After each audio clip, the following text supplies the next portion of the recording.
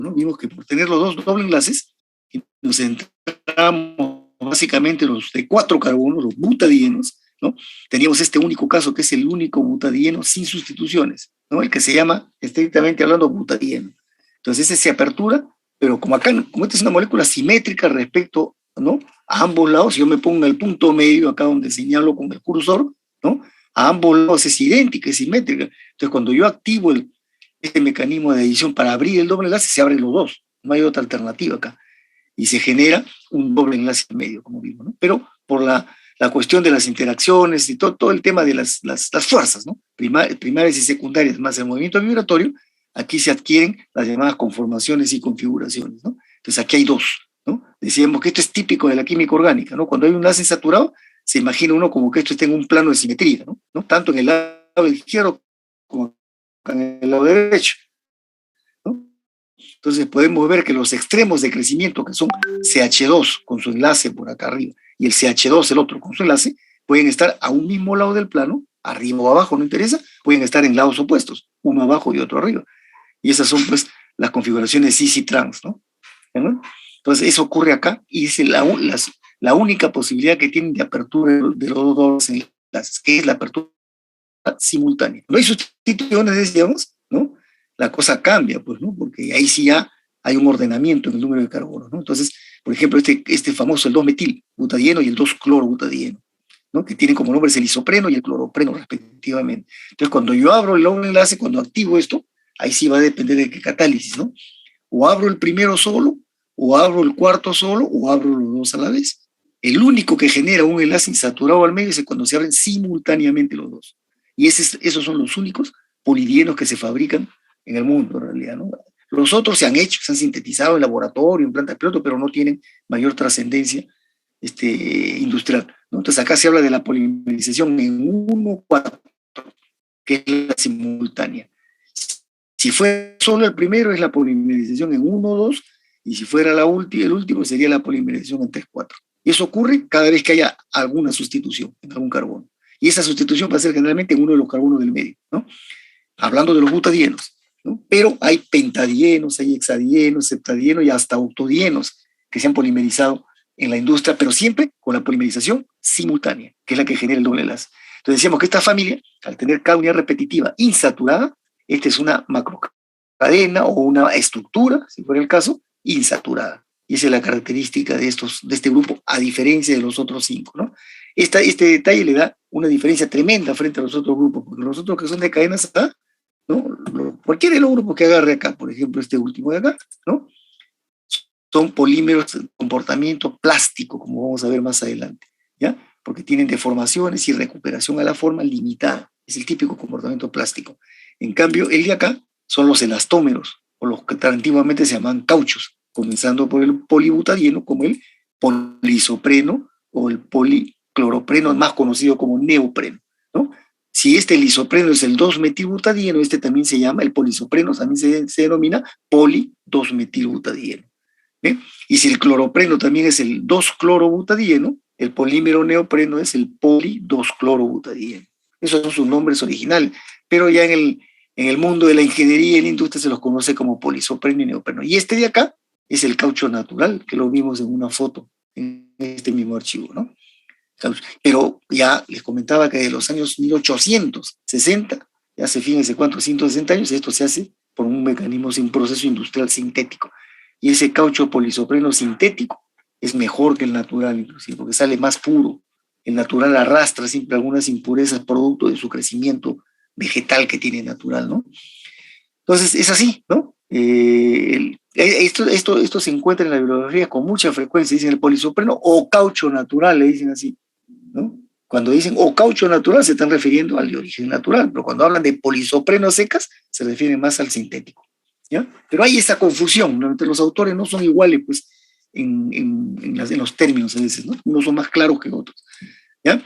Y otra cosa más que les dije también es pasar, estas polimerizaciones de polidienos, todas son las polimerizaciones simultáneas, y en el caso de los butadienos son las que se llaman las polimerizaciones en 1,4, ¿ya? Y el caucho natural o el sintético que se haga es ese polímero resultante de la polimerización en 1,4, como el neopreno, pero además, y ambos son en la forma isomérica cis, ¿ya? O sea, en la configuración cis.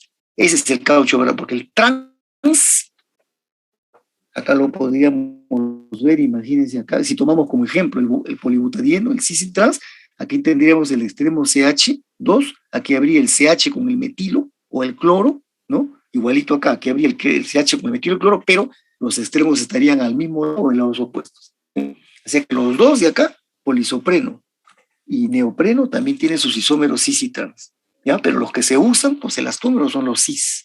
En el caso del caucho es bien interesante, ¿ya? Porque cuando yo le mostré esta vista anterior del árbol del caucho, ¿recuerdan?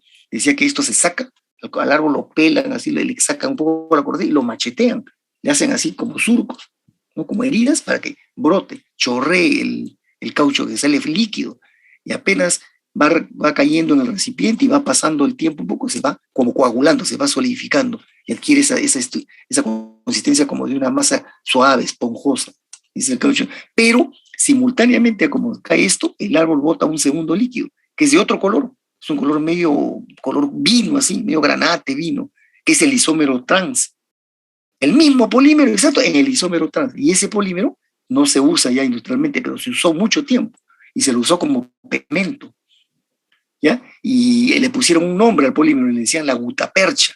Mientras que a este le dicen el caucho natural, al otro isómero al trans le decían la gutapercha.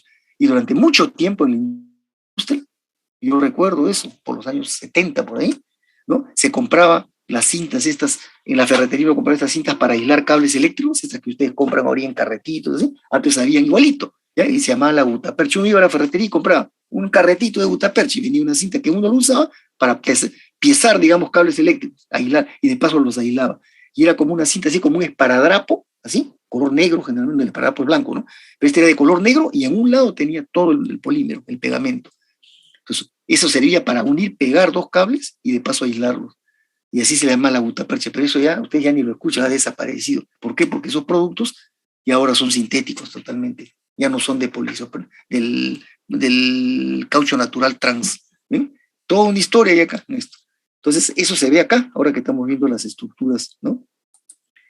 Si esto lo vemos en el isómero trans, ese era el caucho. Pero el caucho natural, el elastómero, es el que sale de la polimerización en 1,4 y en la configuración o el isómero cis. ¿No? En el neopreno también es el cis, es el que tiene las aplicaciones. Bien, entonces ahí nomás lo dejo y después empezamos los polímeros de condensación, vimos las poliamidas, los dos grupos, las que provienen de la reacción natural orgánica de grupo funcional ácido con amina, ¿no? Ácido con amina da amida, pero tiene que ser diácido con diamina. Y esto lo vamos a estudiar mejor en el capítulo siguiente de la polimerización. ¿Por qué tienen que ser di con di? Y esto es por un tema de funcionalidad nada más, porque es la única forma para que haya mínimamente polimerización. ¿Ya? Entonces, acá está el caso más conocido del diácido D6 con la diamina D6, ¿no? Y se forma esta estructura, ¿ven? El ácido, o sea, este es el mecanismo de condensación orgánica. El ácido, un grupo funcional, reacciona con otro diferente, amina, y forma el nuevo grupo, amida. Y esta es la unidad repetitiva. ¿Ven? Y aquí la unidad repetitiva es diferente a los monómeros iniciales. Es más, la unidad repetitiva que aparece se crea recién cuando se produce la reacción de condensación. En lo de adición, no. La unidad repetitiva es idéntica al monómero, solo con el enlace abierto, ¿eh? Como lo comentaba la clase pasada. Entonces, esta es la poliamidas. Y mencionar esto, pues, muy complicado. Entonces, le decíamos que a este grupo, que es el principal de las poliamidas, se las denomina con un doble número, ¿no? El primer número es el número de carbonos de la diamina y el segundo el del diácido, en ese orden estricto, ¿eh? Entonces, en este caso, que son el de 6,6, no hay problema. Esta es la conocida poliamida 6,6, que sigue siendo una de las dos más importantes de todo esto. De este grupo que estamos viendo, el más importante. Y son las llamadas poliamidas, además alifáticas, saturadas, porque el enlazamiento carbono-carbono que ven ustedes acá, todo es enlace primario. Son cadenas saturadas de poliamidas. ¿Ya?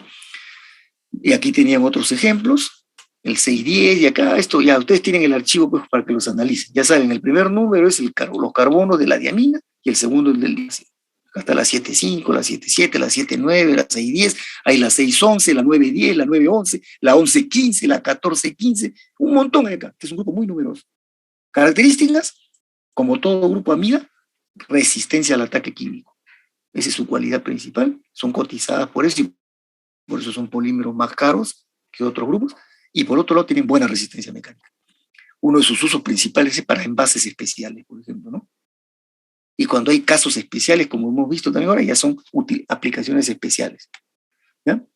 Bien, el siguiente grupo fue los poliésteres, comentamos, ¿no? Diácidos, perdón, no, todavía no. El otro grupo de las poliamidas es las que provienen de caprolactomas o caprolactanas, lactonas o caprolactamas, que son anillos saturados heterogéneos, pero que tienen el grupo NH y el grupo CO. Y el resto de carbonos pueden ser otras cosas, pueden tener otros átomos, pero estos son los que no faltan, ¿ya? Entonces estos se rompen justo en la esquina del NH, como lo ven acá, y generan esta unidad repetitiva alifática, saturada, ¿ya? Entonces esta solita es bifuncional porque tiene el grupo CO y el grupo NH, y este se puede enlazar con el grupo CO y este con el grupo NH, o sea que entre ellas solitas reaccionan y se enlazan y forman una macromolécula, pues.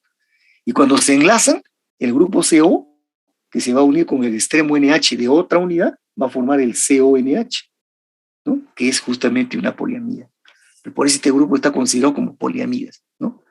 Este es un grupo único y se denominan con el número de carbonos que tiene la caprolactama. Esta, por ejemplo, esta lactama es la que se llama así caprolactama. Otros le dicen épsilon, porque épsilon significa 6 en griego, ¿no?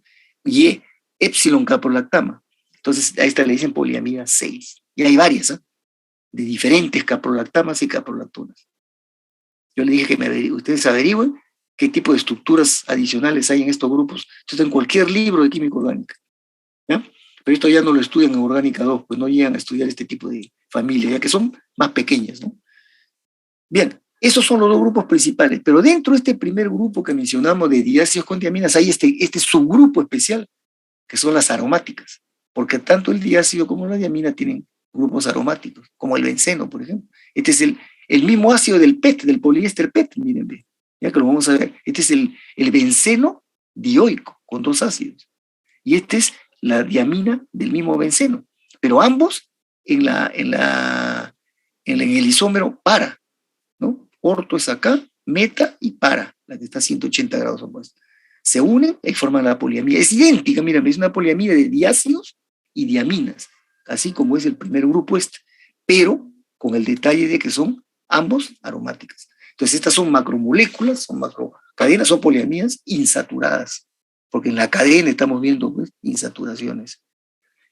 Y ese es el famoso Kevlar, este es un superpolímero, pues, ¿no? Este no solamente, como todo el grupo tiene buena resistencia mecánica, sino tiene una superresistencia mecánica.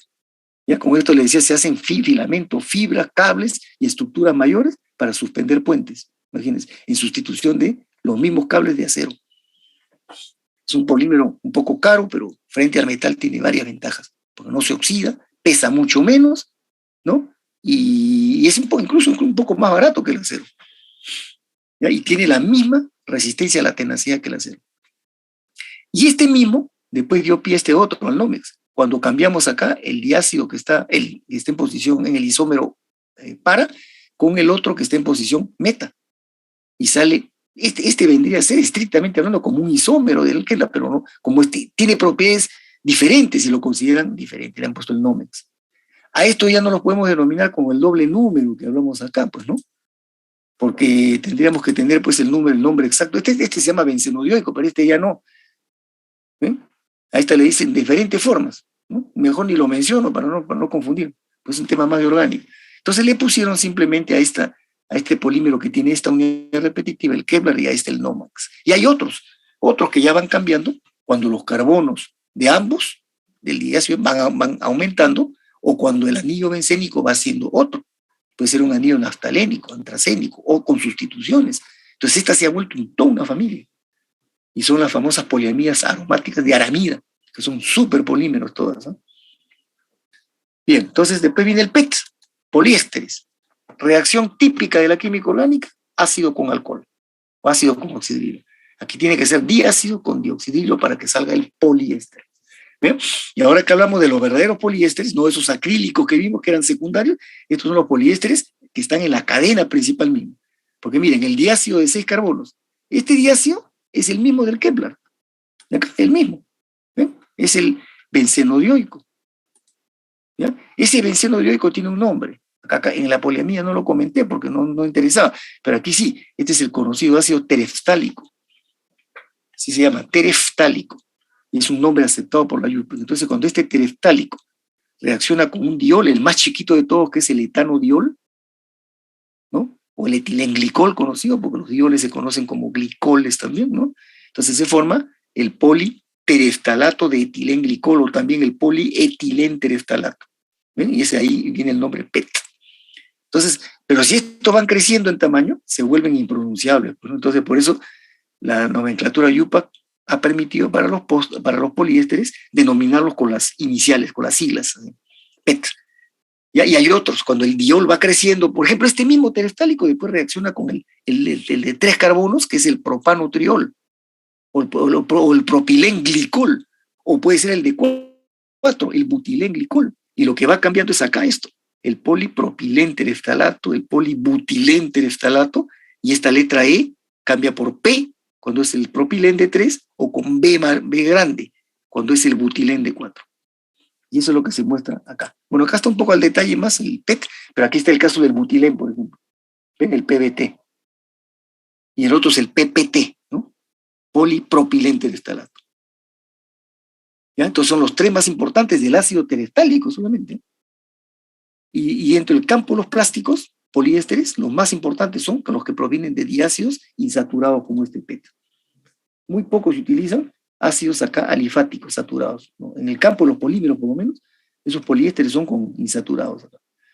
Y este es el cabecilla de todo el grupo, ¿no? De lejos, el de mayor importancia, ¿no? En el mundo, ¿no? Uno de sus tantos usos que tiene. Fibras sintéticas, grandes aplicaciones, que se mezclan con fibras naturales, y la otra, por ejemplo, un ejemplito, nomás la botella de gaseosas y aguas. Todas son de PET. Ustedes se imaginan en el mundo la producción diaria, nomás que hay de botellas de gaseosas para la fabricación de estas, ¿no? Para envasar las gaseosas. Millones que se producen al día y millones de botellas que se desechan al día también. Entonces, eso ha sido, les cuento, ¿no? De que este fue uno de los primeros polímeros que entró al tema del reciclaje. Y lo hizo muy bien. Hoy día el reciclaje del PET se hace en buen porcentaje. Lamentablemente no el 100% de los residuos, pero por lo menos un 40-45% de los residuos del PET de botellas se está reciclando en el mundo. Y acá en Perú también. Entonces, ese es el PET, ¿no? Después dijimos los poliuretanos, estos son bien complejos ya, ¿no? Acá tenemos disocianatos, el grupo isocianato es este, como lo ven acá, ¿ven? NHCO, y reacciona con dioles. Entonces, el NHCO, al reaccionar, este carboxilo siempre pierde el OH y el oxidilo pierde el hidrógeno y se forma este nuevo grupo. Es el grupo uretano, ¿no? Entonces, esto es bien difícil de denominar, ¿no? Miren esos nombres que tienen los disocianatos. ¿Ven? Los glicoles son fáciles, pero los disocianatos, entonces a esto se los llama ya así con una codificación. No tienen nombres y letras, 3, 4 iniciales, que hay que normalmente averiguar cuáles son, ¿no? Porque estos nombres de disocianatos son bien grandes, pues. Entonces ya para eso uno se informa, pues, en la bibliografía, ¿no? Pero este es uno de los más conocidos, ¿ya? Disocianato. Entonces, este grupito, creo que no recuerdo si lo llegué a decir, este grupito dentro de la familia de condensación, de los polímeros de condensación, es la única familia que tiene comportamiento también del elastómero, como los polidienos de adición. Se elongan mucho y recuperan casi totalmente su forma. O sea, muy elongables y muy elásticos, recuperan su forma. Esa doble característica es lo que se llama comportamiento elastomérico, ¿ya? Y comparativamente, los polidienos con estos, se pueden hacer comparaciones, los polidienos son más elastoméricos, se elongan mucho más que estos. Por ejemplo, un elastómero se puede estirar, ¿no? 400, 500, 600%. Es decir, de una unidad de longitud, yo puedo aumentarla 6 veces más. Imagínense cuánto se estira. Y si corto la fuerza que lo ha estirado, recupera casi exactamente su forma. Estos, en cambio, no tanto. Pero estos se estiran 150, 200, 220%, o sea, de una unidad de longitud puedo sacar 1,5 veces, o el doble, 2.2 veces máximo. Es bastante, ¿no? Estos son materiales un poco, pero son de mejores cualidades que los polímeros. Es un polímero un poco caro, ¿no? Que se usa solo cuando es necesario. Y además son buenos aislantes térmicos. Estos compiten, a su vez, con los poliestirénicos de los de adición. Y son aislantes térmicos de mejor calidad los poliestirenos espumados. Y a estos también se les hace el proceso de espumación, ¿no?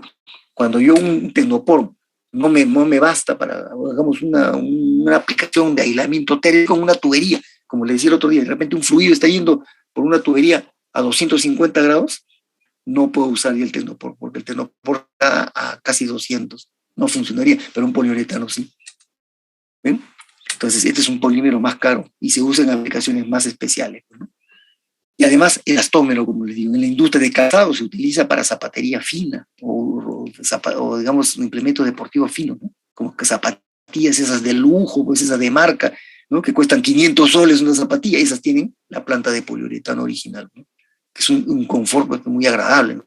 ¿Se dan cuenta? O una ropa deportiva, el balón de fútbol de los mundiales hoy día, ¿no? Que uno cree que las pelotas de fútbol antiguamente eran de cuero, después eran sintéticas, hoy día son de un poliuretano especial, que le da la mejor cualidad para lo que es lo que quiere la FIFA, por ejemplo, ¿no? Son esas pelotas. Una original vale cara, ¿no? Vale más de $100, una pelota original. Bien, entonces eso creo que por ahí me quedé o aquí, ¿ya? Está el lista inicial, ¿no? Acá, pero lo agregué porque tiene cierta importancia en realidad, ¿no? La poliuria. Miren cómo nacen las poliurias, ¿eh? Acá, ¿no? Las poliurias. Aquí veo aparentemente un disocianato. ¿Ven? Este es un disocianato. Acá lo ven en el nombre incluso, disocianato. Fíjense, exactamente el grupo, ¿ah? CON. Y aquí puede ver con NH. Y de hecho, acá están las 3 valencias, pero hay otros en la que el nitrógeno, ¿no? Va a estar de esta forma con el grupo CO. ¿Ya? Entonces, si nosotros lo veíamos en los poliuretanos, miren, ahí estaba también. Esta parte de acá. Esto es lo fundamental del isocianato. Entonces, aparentemente las poliurias, ¿no? Las poliurias también son isocianatos, pero en el poliuretano reacciona con los polioles o los glicoles y aquí reaccionan con diaminas. Entonces, al final generan un grupo, miren, este es el grupo urea o poliuria. ¿Ya? Diferente, pues. El poliuretano era NHCO o ese era el grupo uretano. Aquí es NHCO-NH. Este es el grupo de la poliuria. Estas son unas resinas, unos polímeros especiales que tienen muy buenas aplicaciones, ¿eh? Hay poliurias que son de estupenda resistencia mecánica y otras que son muy buenas para resistencia al ataque químico. ¿De qué depende eso? Del resto de la estructura, pues. Aquí normalmente hay 2 anillos, pero hay otras que son con anillos con sustituciones. ¿Se dan cuenta? Entonces van apareciendo toda una familia. Es una familia no muy numerosa, pero bien cotizada, ¿ya? Pero de usos así muy específicos, ¿ya? Porque cara también, este es un polímero caro. Entonces, cuando no se puede, por precio, no es conveniente usar esto, hay otras opciones, pues, ¿ya? Pero este tiene su cualidad. Y ahí está el grupo de las poliurias. Y ahí empalmamos con lo que viene, ¿no? Vienen estos 3 grupos, que son las llamadas resinas fenólicas, ¿no? Son 3 subgrupos. La llamada de fenol formaldehído, urea, formaldehído y melamina. Creo que sí les dije esto el otro día. Todas tienen ¿qué cosa de común? Que nacen de la reacción de algún reactante con el aldehído más chiquito, el metanal, o lo que se conoce como el metaldehído, pues, ¿no? El más chiquito, el de un carbono. ¿Ven? Ahí está el grupo CO, el grupo CHO, que se llama en lo químico orgánica, ¿no? El aldehído. Entonces, miren, este alcohol, el fenol, se reaccionó con el metanal y fue desatando toda una reacción así, mira, donde hay un enlazamiento, pero por todo lado. ¿Ya? Aquí yo no puedo distinguir ya una cadena, sino una estructura. ¿Eh? Entonces salió una estructura que más adelante la vamos a calificar con su nombre, esto se llama una estructura reticulada. ¿Ya? Y si yo lo veo esto en el espacio, es tridimensional. Entonces así nació esta primera resina del fenol formaldehído. Pero después se sustituyeron otros alcoholes así, sencillos también, ¿no? Y quedó la familia así, en recuerdo a este primero, quedó la familia del fenol formaldehído. ¿Ya? Igual pasó con estos otros 2. Como les decía, ¿no? Entonces, después se cambió nuevamente el formaldehído por el metanal se reaccionó con este compuesto nitrogenado, la urea, ¿no? Este compuesto conocido, porque esta urea la tenemos en el organismo humano, ¿no? Este es el compuesto que le da el olor a la orina, ¿no? No solo del ser humano, sino de los animales. Es un olor muy penetrante, ¿no? Entonces, se hizo esta reacción y miren, salió esta estructura que crece aparentemente así en una dirección, pero desata enlazamiento covalente transversal también. sea, esto ya no es una cadena lineal tampoco. Esto tiende a ser una estructura. ¿Ya? Y así como se hizo con la urea, se hizo con compuestos sencillos, así nitrogenados, parecidos a la urea, y quedó el nombre, urea, la familia, urea formaldehído. Y son varios ahí. Y después viene este grupo más complicado, ¿no? Nuevamente el formaldehído con este compuesto nitrogenado, pero cíclico, insaturado. Esta es la conocida melamina. Este es un compuesto que tiene su fama, ¿no? Porque se ha encontrado, ¿no? Este como monómero, acá está como monómero para que dé el polímero, pero como monómero es un producto químico que se utiliza en la misma industria de los plásticos como aditivo y se utiliza en la industria alimentaria también.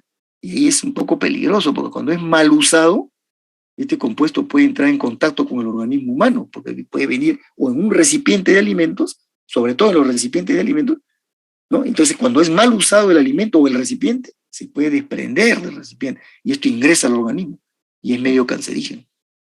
¿Ya? Pero aquí no, aquí estamos reaccionándolo en la reacción de polimerización y se forma, miren, esta estructura. ¿Ven? Crece longitudinalmente, así transversalmente, pero crece por arriba también. O sea, esto no es, esta es una estructura. Se encuentra complicada. Los tres casos son las de fenol, urea y melamina, todas son estructuras no lineales. Son realmente lo que se llama estructuras poliméricas. ¿Ya?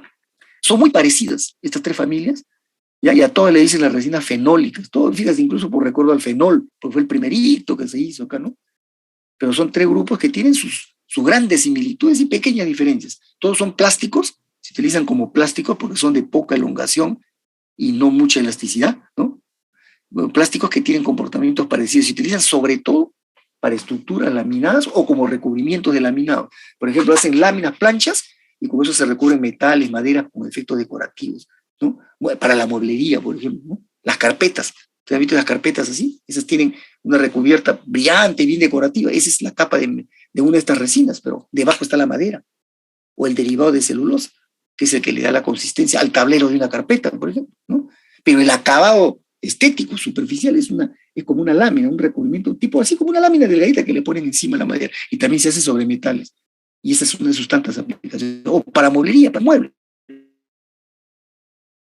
Cuando sea centímetro, media pulgada o hasta más, ya salen estructuras gruesas que se llaman tabiques para hacer muebles en general.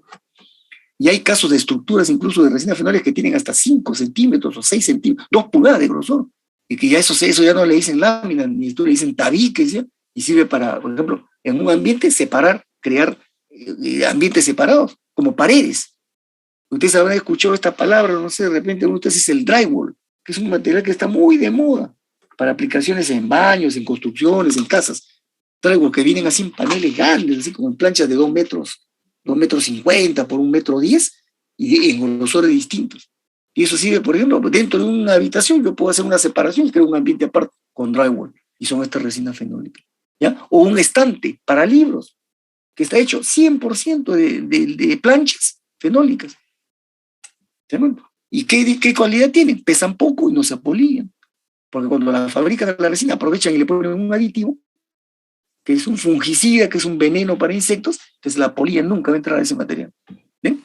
O cosas intermedias, como se ve también en las tiendas que uno ve, acá uno cuando va por esta zona de Palau, por la UNI, ¿no? Por la carretera, por la zona de Palau, que todas esas tiendas que venden sanitarios y muebles, uno ve un estante para libros, y uno pregunta, en madera, hablemos de un estante mediano, ¿no? Madera, que cuesta 800 soles, 1000 soles, si fuera madera, y ni siquiera cedro, ¿eh? Pero preguntan una melamina, 250 soles. Y lo cargan, pesa la mitad de la madera. Entonces, todo eso hace la industria y tiene mucha aplicación este tipo de resinas. ¿Ya? Son resistentes al golpe, ¿no? Pero como todo polímero tiene sus defectos también. Bien, entonces esas son las resinas fenólicas. ¿Ya? Continuando ya casi para terminar, tenemos los polisiloxanos, nos quedan polisiloxanos, policarbonatos y poliepoxios. ¿Ya?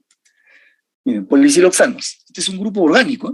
Un grupo funcional, el siloxano, que es esta estructura, SiO. Un siloxano simple, monómero, digamos, un compuesto simple, es como por ejemplo, pero el silicio con doble enlace con el oxígeno acá. Este es un Si, doble enlace de oxígeno. Entonces ese sería el 2-metilsiloxano, monómero. ¿Ven? Pero cuando yo lo activo, abro ese doble enlace, este mecanismo se comporta como de condensación, porque este actúa como un grupo funcional, no tanto por haber aperturado el doble enlace acá, sino como un grupo funcional, y por eso está en el grupo de condensación.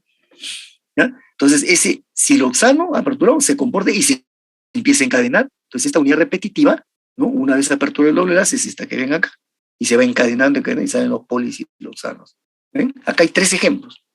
Por ejemplo, si el siloxano original era el dimetilsiloxano, ¿ven? Abro acá y se empieza a enlazar. Este va a ser el polidimetilsiloxano. Este es uno de los más conocidos. ¿Ya? Pero hay otros. Por ejemplo, yo puedo cambiar acá. Uno puede ser el metilo y el otro el anillo bencénico, como este de acá. Anillo con metilo. Y aquí estaba el doble enlace original.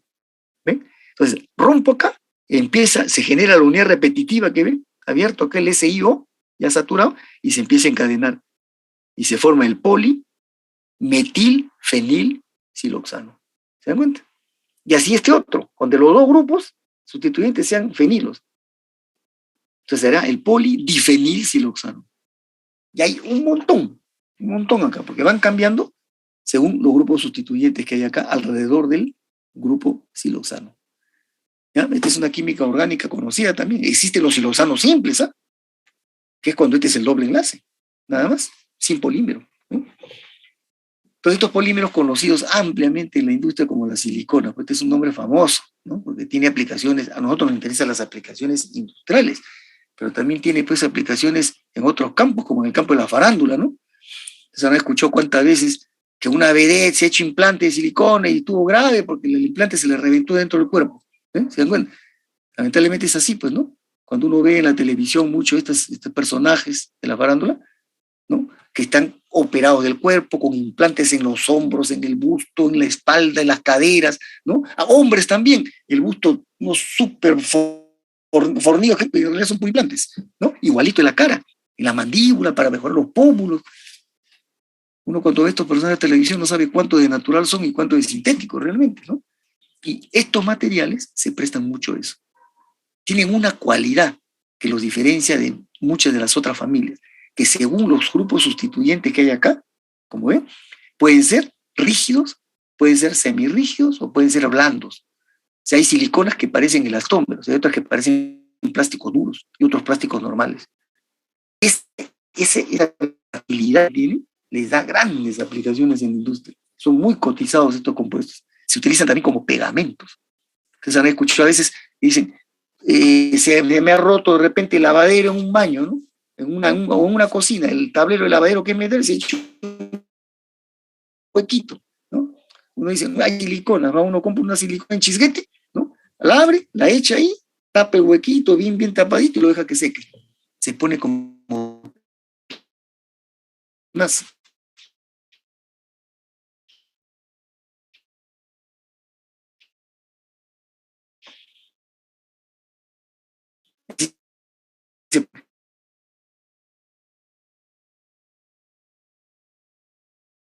Capítulo, polisiloxanos. Policarbonatos, estos son grupos.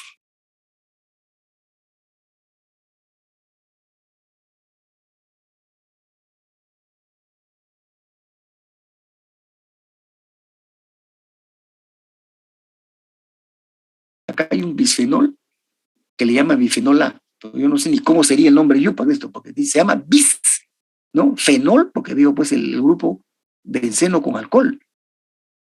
Y bis, porque está doble. Es como decir un doble fenol. Pero este nombre de A ya viene de una codificación especial por los sustituyentes. A este le llaman A, pues, el que tiene 2 metilos. Y hay con un montón de variaciones acá. O sea, bisfenoles hay un montón, y con otros alcoholes también. Cuando reacciona con este compuesto raro que ven el fosgeno, ¿no? Esta es una familia también, los fosgenos, ¿no? Porque puede haber con sustituciones, y se forma, miren, esta reacción, si ustedes ven, se forma este grupo, y aquí queda libre, ¿no? Si ustedes ven el oxígeno, los OH han perdido el oxígeno, el hidrógeno, perdón, uno ha quedado así libre, y el otro empalma con el carbono de acá, con el anillo, y el anillo ha perdido el OH. Entonces, y termina generándose este grupo llamado, y efectivamente es un grupo carbonato, pero dentro de la unidad repetitiva que va a polimerizar. Y así aparece esta familia llamada los policarbonatos, que son bastantes también, ¿eh? Porque van a depender, como le digo, quiénes son los bisfenol, los bisfenol. ¿Ya? Inicialmente fueron bisfenoles, pero ahora estos, como les digo, también han ido cambiando el anillo y ya han aparecido pues policarbonatos súper especiales, ¿no? ¿Qué ventaja tiene esta familia? Estos son típicos plásticos, estos no son elastómeros, ¿no? De ninguna manera. ¿Qué plásticos? Tienen alta resistencia al golpe, digamos a las fuerzas, al impacto, a los golpes por impacto. ¿Sí? Entonces, eso le da una gran ventaja sobre otros plásticos, ¿no? Entonces, se utiliza para estructuras, para cubrir, estructuras que sirven de cubierta para protegerlo, porque tienen resistencia al golpe, ¿ya? Que es diferente a resistencia a la tracción, o a la torsión, o a la flexión. Esta es la otra cualidad que tiene, y compiten con los poliacrílicos de edición, es que son bien transparentes a la luz. Son así, como vidrio, translúcidos a la luz completamente. ¿Ya? Entonces, esa doble cualidad ha hecho que uno de sus usos principales sea imitador del vidrio. ¿Ya? Con la gran ventaja de ¿qué? De que este resiste el golpe del impacto. En cambio, si ustedes tuvieran una cubierta de vidrio, le tiran una piedra y se hace añicos pues el vidrio. ¿Ya? No tiene ninguna resistencia mecánica. ¿Ya? Les cuento un par de hechos así, medio anecdóticos. Ustedes que les gusta el fútbol, ¿no? Seguramente recordarán ahora que estamos próximos a un mundial, ¿no? En la historia de los mundiales hubo uno que ha ocurrido hace no muchos años, el Mundial de Alemania, del 2006, ¿no? Donde salió campeón mundial Italia, ¿no? En ese Mundial de Alemania, los alemanes, que organizaban después de muchos años un mundial, ¿no? Ellos por hacer una demostración de poderío económico, porque Alemania es el país de la Comunidad Europea el más fuerte económicamente, ¿no? Entonces ellos quisieron, remodelaron pues sus 8 sedes que hubo, los pusieron todos modernos, pero a dos de ellos, dos principalmente, que fueron el de Múnich, que fue donde fue la inauguración, y en el de Berlín, que fue la capital, que fue la final, a esos dos estadios les hicieron una inversión especial, ¿no? Les hicieron una cubierta a todo el estadio de policarbonato. Entonces el estadio imagínense, el tremendo estadio, y tenía una cubierta plegable encima, porque si querían la instalaban y si no la plegaban, y el estadio quedaba abierto a la atmósfera así. Pero cuando llovía o cae nieve, ¿no? Ponían la cubierta de policarbonato. Lo cerraban el estadio así, como si estuviera en una urna. ¿Y con qué ventaja? Transparente, no lo rompía nada, súper resistente. A los dos estadios hicieron eso. Bueno, en los partidos que hubo no hubo necesidad de mostrarlo porque fueron de día, pues, ¿no? Pero de noche cierran y lo iluminan. Es una cosa espectacular realmente el efecto, porque es un material transparente. ¿Sí? Como dato, ¿cuánto les costó a los alemanes esa gracia de hacer eso? Cada estadio, 240 millones de euros. Cada estadio para hacerlo eso. Claro, le tuvieron que poner una estructura de aluminio para que soporte a la estructura del policarbonato, porque imagínense, para ese tamaño cuánto pesaba, ¿no? Y lo hicieron, miren. Un material de lujo es este. Hay otro uso que tiene muy abundante, ya más doméstico, es los CDs, ¿no? Tanto de informática como de música. Son hechos de policarbonato, los discos. Y este material, a pesar de esta estructura que tiene tan compleja, se ha logrado reciclar. Y la industria misma lo recicla y con el mismo policarbonato reciclado, ¿saben lo que hace? Las estructuras de los monitores de las computadoras. Fíjense todo lo que lleva eso, ¿no? Son materiales muy interesantes, ¿no? Transparentes, competidores de los poliacrílicos, les digo, en el grupo de edición, pero los poliacrílicos, yo les dije, no tienen resistencia mecánica. Estos son súper resistentes al golpe, básicamente. ¿Ya? Bien, y para cerrar, ya casi la familia de condensación, tenemos este grupo especial de los llamados epóxidos, ¿no? Los polímeros el grupo se llama polipóxidos, conocido como resinas epóxidas. ¿Ya? El grupo epóxido es un grupo funcional de la química orgánica, acá está el grupo epóxido, que surge de toda una familia. Ahora lo voy a comentar, miren, qué cosas, si ustedes observan acá el grupo epóxico y acá al lado derecho también, ¿ya? El polímero original surge de unos monómeros que son los óxidos de alquenos, ¿ya? Los llamamos óxidos de alquenos. Entonces acá lo ven, el óxido de alqueno, CH2, aquí había un CH2 original y unidos así con un oxígeno. Entonces este es el óxido de etileno, pero con el CH2 acá, ¿eh? Pero cuando yo ya voy sustituyendo, quito un hidrógeno y empieza a crecer esto, este es el óxido de propileno. ¿Ven? Son óxidos de alquenos. Hay el óxido de etileno, de propileno, de butileno, y así, de pentileno, de penteno, toda una familia llamada óxidos de alquenos. Estos son muy activos porque basta que se quite un hidrógeno en un extremo, empiezan a enlazarse entre ellos. ¿Ven? Y generan los polióxidos de etileno. Pero como polióxidos solos no tienen mucha importancia, porque son polímeros muy blandos, no tienen resistencia mecánica. ¿Ya? Entonces, ¿qué ha hecho la industria? Les incorpora grupos grandes, como ven acá, fíjense, donde estoy poniendo el cursor ahorita, donde comienza el oxígeno antes del corchete. Fíjense, aquí empieza este grupo y se va hasta el otro lado, hasta acá, donde está el subíndice N, y encima este otro grupo, que viene a ser una unidad más de estas, una unidad más, que lo utilizan como un extremo terminal nada más.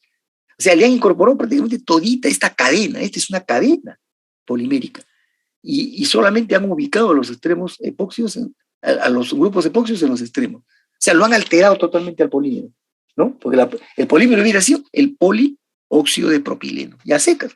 Pero aquí le han metido todo este grupo. ¿Para qué se hacen esto? ¿Para qué hizo la industria esto? Para mejorarle la resistencia mecánica. Para poner toda esta parte, fíjense qué cosa hay acá. Un par de anillos en cada unidad repetitiva. O sea, acá hay en la cadena muchísimos anillos bencénicos. Y eso le da una resistencia mecánica muy fuerte. Y también al calor. ¿Ya? Pero ¿por qué hicieron esto? La pregunta es, ¿por qué alteraron a esta familia si no lo hicieron con otras? ¿Por qué? Porque se dieron cuenta que estos polióxidos de alquenos son muy buenos en su resistencia al ataque químico y especialmente a la corrosión. Tienen una altísima, son los mejores en resistir al ataque por corrosión. Todos los tipos de corrosiones. ¿Eh? Entonces dijeron, pues, si es así, pero es un polímero blando, aquí se pensó, se puede hacer estructuras poliméricas de tipo plástica con resistencia mecánica sin perder la resistencia al ataque a la corrosión. Y le insertaron estos grupos. Entonces ya apareció toda una familia muy grande de resinas polipóxidas que son resistentes a la corrosión y tienen resistencia mecánica a su vez. ¿Ya? Según el uso, se modifica esto. Aquí tienen otro ejemplo en el cuadrito azul de abajo. ¿Ven? Con un grupo más sencillo, que es con anillos, aquí es alifático. Este es un polipóxido menos resistente mecánicamente que el verde, pero igualito resistente a la corrosión por el grupo epóxido. Y así hay una serie de compuestos muy cotizados, ¿eh? Son polímeros un poco caros. Una de sus aplicaciones, pinturas. Las pinturas anticorrosivas, estas son las mejores que hay. Por ejemplo, para recubrir superficies que van a estar en contacto al medio ambiente, a un ambiente húmedo o al agua marina. Esta es la mejor de las pinturas. Y con esta se pintan carros de lujo también. Hay dos pinturas muy caras que son las polipoxi y las de poliuretano. Carros de lujo se pintan con eso. Un carro que vale $10,000, $12,000 no vale la pena, porque la pintura costaría $2,500. En cambio, un carro que vale $50,000 para arriba, ahí sí, pues, ¿no? Entonces, uno de sus tantos usos, ¿eh? Como pinturas anticorrosivas, pero en general es un material resistente a la corrosión y con buen comportamiento mecánico, dependiendo qué grupo le han insertado al medio. ¿Está bien? Bueno, y con eso prácticamente he acabado. Si retorno o regreso a las familias de condensación acá todavía están las imidas, las polimidas. Si ustedes recuerdan en la química orgánica, las imidas son una variante de las amidas. ¿Ya? Así que a ver, les dejo a ustedes la tareita. Recordando qué es una imida respecto a una amida, entonces, ¿cuál sería la diferencia entre la estructura de la polimida respecto a la de una poliamida? Nada más. ¿Ya? Las resinas alquídicas son una variante de los poliésteres, estos que hemos visto acá, miren, ¿no? De estos poliésteres, pero cuando hay más insaturaciones, hay grupos insaturados más grandes y acá también puede haber insaturaciones. Es un grupo especial dentro de los poliésteres. ¿Ya? Esas son las resinas alquídicas. Le dicen resinas de poliéster insaturado, así las llaman también.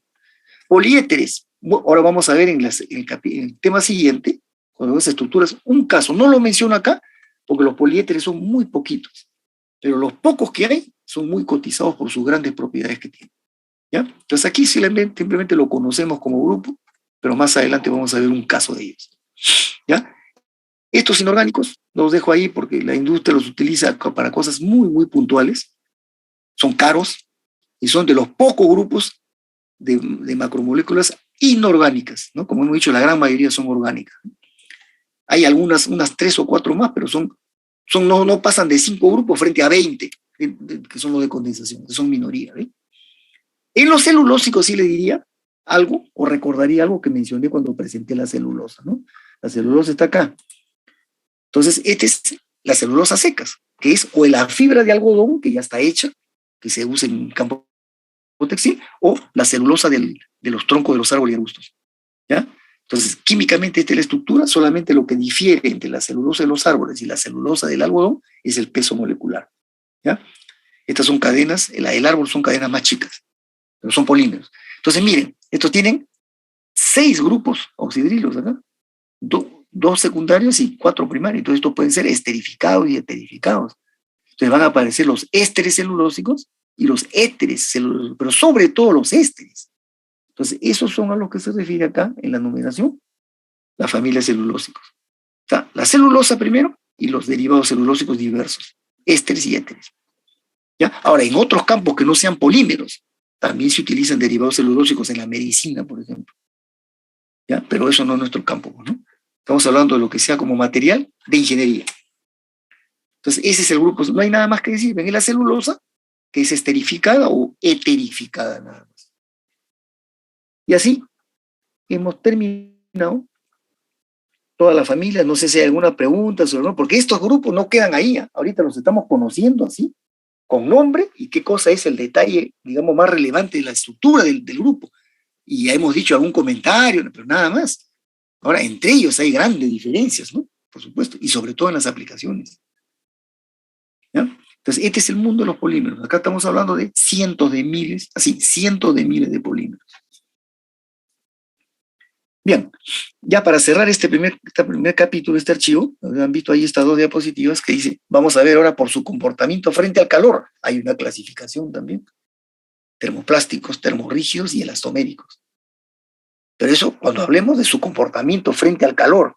¿Ven? Pero ya lo voy adelantando. Hay otra forma de clasificar a los polímeros, que se dice, es la clasificación térmica. Y hay otra fundamental, que es por el tipo de estructura. Esto también viene en el capítulo 3, ¿ya? Entonces, todo dentro del capítulo introductorio, ¿no? Este es el tema 3, la estructura. El tema 2 es las características de los polímeros. Y ahí vamos a ver esto. Entonces, fíjense, ahí van la clasificación general, la térmica, la estructural, y a esa le vamos a agregar por los usos, por el tipo de uso. Suficiente, ¿ya? Aquí le dejé de yapa, ¿no? Alguna información pequeña, por ahora que está tan de moda con el COVID, el tema del ADN, que seguramente ustedes lo han leído en algún sitio. ¿Por qué? Porque se trata de una macromolécula biológica, ¿ya? Sin entrar al detalle cómo, de dónde está el ADN, es un tema más de la genética, ¿no? Pero acá está, ¿no? Todas las células, en el núcleo de la célula, están los llamados cromosomas. ¿Ya? Las cromosomas son, digamos, pedazos de la estructura del ADN. ¿Ya? Entonces ustedes lo ven acá. El cromosoma se descompone y ¿qué resulta? El ADN. O sea, el ADN es el elemento formador del cromosoma. Pero ¿por qué hablan de cromosomas? Nosotros tenemos 23 tipos de cromosomas distintos. El ser humano tiene 23 y cada cromosoma lo tiene 2 veces. O sea, hay 23 pares de cromosomas. ¿Y por qué se habla de cromosomas si son el ADN mismo? ¿Por qué? Porque están en diferentes configuraciones, conformaciones y sobre todo detalles internos en la cadena. Entonces, se han creado 23, y dentro de ellos se creó el concepto de gen. ¿Ven? El gen, que ese sí es una porción del ADN, una pequeña porción que tiene grupos funcionales específicos. Y a lo largo de la cadena, el ADN no es igual, pues, es heterogéneo. Y eso es lo que se trata de mostrar acá. Bueno, estos señores fueron los premios Nobel, ¿no?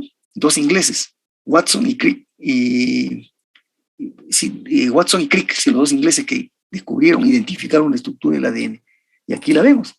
Ahora que tanto se habla de la vacuna de ARN mensajero, de la Pfizer y otras, ¿no? Miren, esta es una porción del ADN, ¿ven? Es la doble hélice que le dicen, ¿no? Que es lo que descubrieron este par de premios Nobel, ¿no? Y dentro de cada porción, cada vez que se cruzan las 2 hélices, esta zona de acá, ustedes van a identificar 4 palitos que son de 4 colores, ¿no? Que tienen estos nombres: citosina, guanina, adenina. ¿Qué son estas? Son proteínas. ¿Ya? Y siempre son las mismas, esas 4 que están en la inmensa cadena. Si considera que hay más o menos 8.000 millones de eslabones que tiene la cadena del ADN. Y en esos 8.000 millones, estos 4 siempre son los mismos, pero están en diferentes posiciones. Y basta que una lo tenga diferente, en diferente posición a los 4 que la otra, ya ese ADN de una persona es diferente a la del otro. Por eso se dirá que nunca habrá una persona igual a la otra. Porque 8.000 millones por 4 posibilidades de intercambio que hay en estos 4, imagínense cuántas combinaciones salen. Todavía somos 7.000 millones de personas y acá hay 8.000 millones por 4, o sea, todavía no es posible que haya teóricamente un humano idéntico a otro, con el ADN idéntico. ¿De acuerdo? Entonces acá está pues el código genético, esto es una macromolécula biológica, esto es lo que pertenece al grupo llamado de los polímeros de ácidos nucleicos, porque los ácidos nucleicos son moléculas simples que existen en la química orgánica, pero cuando estas polimerizan como en el ADN, son los polímeros de ácidos nucleicos, y este es el nombre del ADN, el ácido desoxirribonucleico. ¿Bien? Ahora, esto, como información general ya para cerrar el tema, esto tiene otra molécula que trabaja así, de la mano con el ADN, que es el ARN, que tiene casi los mismos elementos, pero fíjense, no es doble hélice, es una hélice simple, donde tiene casi a las mismas proteínas, pero en otras posiciones. Y gracias a esto, es que puede, las características genéticas que acá están medias cerradas, se las transmite al ARN y el ARN las transmite. Por eso se dice que este es el mensajero de los códigos genéticos, ¿no? El organismo, el ADN da el mensaje y el ARN lo transmite y se ejecuta una orden dentro del organismo. Y por eso le dicen el ARN mensajero. Y eso es lo que utilizó las vacunas. Las vacunas estas ARN lo que hacen es contactan a estos, activan a estos y hacen que respondan, reaccionen de cierta forma frente a la molécula del virus. Es un tema interesantísimo, ¿no? Pero fíjense, al fondo es el mundo de los polímeros biológicos. Este es el campo más complicado de los polímeros biológicos. Porque acá están también los polisacáridos, los carbohidratos, ¿no? Y que son más simples al lado de estos, ¿no? Bueno, eso es. Ahí lo dejo para que les quede como ejemplo de una macromolécula biológica. ¿Ya? ¿No hay preguntas? Porque vamos a pasar al siguiente tema. ¿Ya? Entonces aquí hemos concluido, aparte de las definiciones iniciales, ¿no? Hemos hecho la presentación de las familias químicas de adición y de condensación. Creo que están casi todas las importantes. Bien, ¿no hay preguntas? Pregunten nomás, no sean tímidos, pues. Bueno, cierro el archivo entonces. Pasamos al siguiente. Ahora, conocidas ya las familias químicas con sus nombres y una serie de detalles, nombre de los monómeros y algunas características, ¿no? Hemos dado una información limitada, pero ya tienen un poquito de conocimientos, por lo menos ya debemos denominar correctamente a la familia química del polímero. Ahora viene este segundo tema, que se suma al anterior, donde vamos a describir un grupo de características que les ponemos generales porque se encuentran de una u otra forma en todas las diferentes familias de los polímeros. Ahora, cuando digo generales no quiere decir que todas están en todas las familias, ¿eh? Algunas están muy acentuadas en ciertas familias, otras en otras familias, pero el hecho es que estas características las vamos a encontrar de todas maneras en alguno o en alguno de los grupos de los polímeros. Entonces, por eso se llaman características generales. Y esto es bien interesante porque después de analizar todo este tema, ya vamos a poder ir entendiendo una serie de cosas y serie de explicaciones al comportamiento de los polímeros y por qué se diferencian y en qué serán ventaja o desventaja frente a los metales, a las cerámicas, a las maderas, etc., ¿no? Bien, entonces miren, resumiendo, poniendo lo mínimo posible para hablar de estos comportamientos generales o características generales, aquí mencionamos una pequeña lista de estos, ¿no? Pero fíjense, ¿eh? Antes de empezar la descripción y el comentario sobre este, mira, yo menciono acá seis aspectos, ¿ya? Y los he tratado ordenándolo, separar cada uno, ¿no? Diferente al otro. Son aspectos distintos cada uno del otro. Pero todos en su conjunto se van a presentar los polímeros. Pero sin embargo, miren, cierro un ratito este archivo y les muestro este de acá. Perdón, he compartido. Acá está. Y les muestro este. ¿Están viendo, no? ¿Están viendo? Sí, profesor. Ya, y miren, esta bibliografía que es de otro autor dice propiedades de los polímeros, debe poner características de los polímeros, ¿eh? Y pone resistencia a los golpes, cambios de temperatura, pero no dice qué, flexibles, por un lado, suaves, pero por otro lado dice duros, elásticos, impermeables, otro después va a decir permeables, seguramente. Dice, maleables. Maleables significa que pueden deformarse. Dúctil y maleable son términos de la industria de los metales que significan capacidad de deformarse. Pero por otro lado dijo duros. O sea, hay autores que mencionan a estas características generales, pero muy enredados. Mezclan todo acá. Y esta no es la mejor manera porque confunde esto. Muchas bibliografías hay así, donde están hablando de la dureza de un plato y de repente dicen que son flexibles por otro lado, y enredan, pues, porque no hacen la diferencia, qué es lo que causa la dureza o qué es lo que lo hace flexible. ¿Se dan cuenta? O qué es lo que explica por qué son elastómeros, o por qué son impermeables. Entonces, la manera ordenada de hablar de todas estas cosas es decir el concepto, qué es lo que hay de fondo en el polímero para decir por qué se porta así. ¿Se dan cuenta? Y ese es el objetivo. Entonces, y por eso, ordenándolo de esta manera es mucho mejor. Y comenzamos por el primer punto, lo primero que caracteriza al polímero, que es el tema del peso molecular. ¿Ya? Aquí vamos a hablar del peso molecular elevado, esto ya lo hemos dicho en la definición. Un polímero es un compuesto de estructura gigante y por lo tanto... Profesor, disculpe, no está compartiendo este PPT. Perdón. Sí, pues no lo compartí. Un ratito. Voy a cerrar. Cerramos esto. Caramba. A ver. ¿Qué hice, caramba?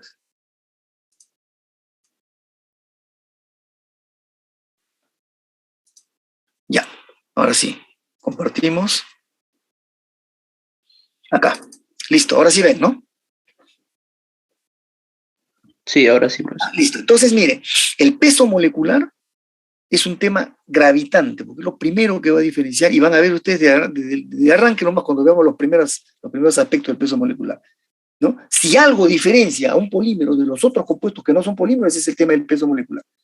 Cuando ustedes hablan de un átomo, cualquiera que fuera en la tabla periódica, tiene un peso atómico definido. Cuando hablan de una molécula, cualquiera que puede ser de la miles de moléculas que tiene un peso molecular definido. Lo único que se diferencia es que en el átomo se llama peso atómico y la molécula se llamará peso molecular, ¿no? Y ese es un tema también que tiene una inmensa polémica hoy día en la química, porque los químicos modernos dicen que no debería decirse peso molecular, sino masa molar. Porque si ustedes dicen peso molecular, quiere decir que ustedes pueden pesar a los átomos y eso no pueden.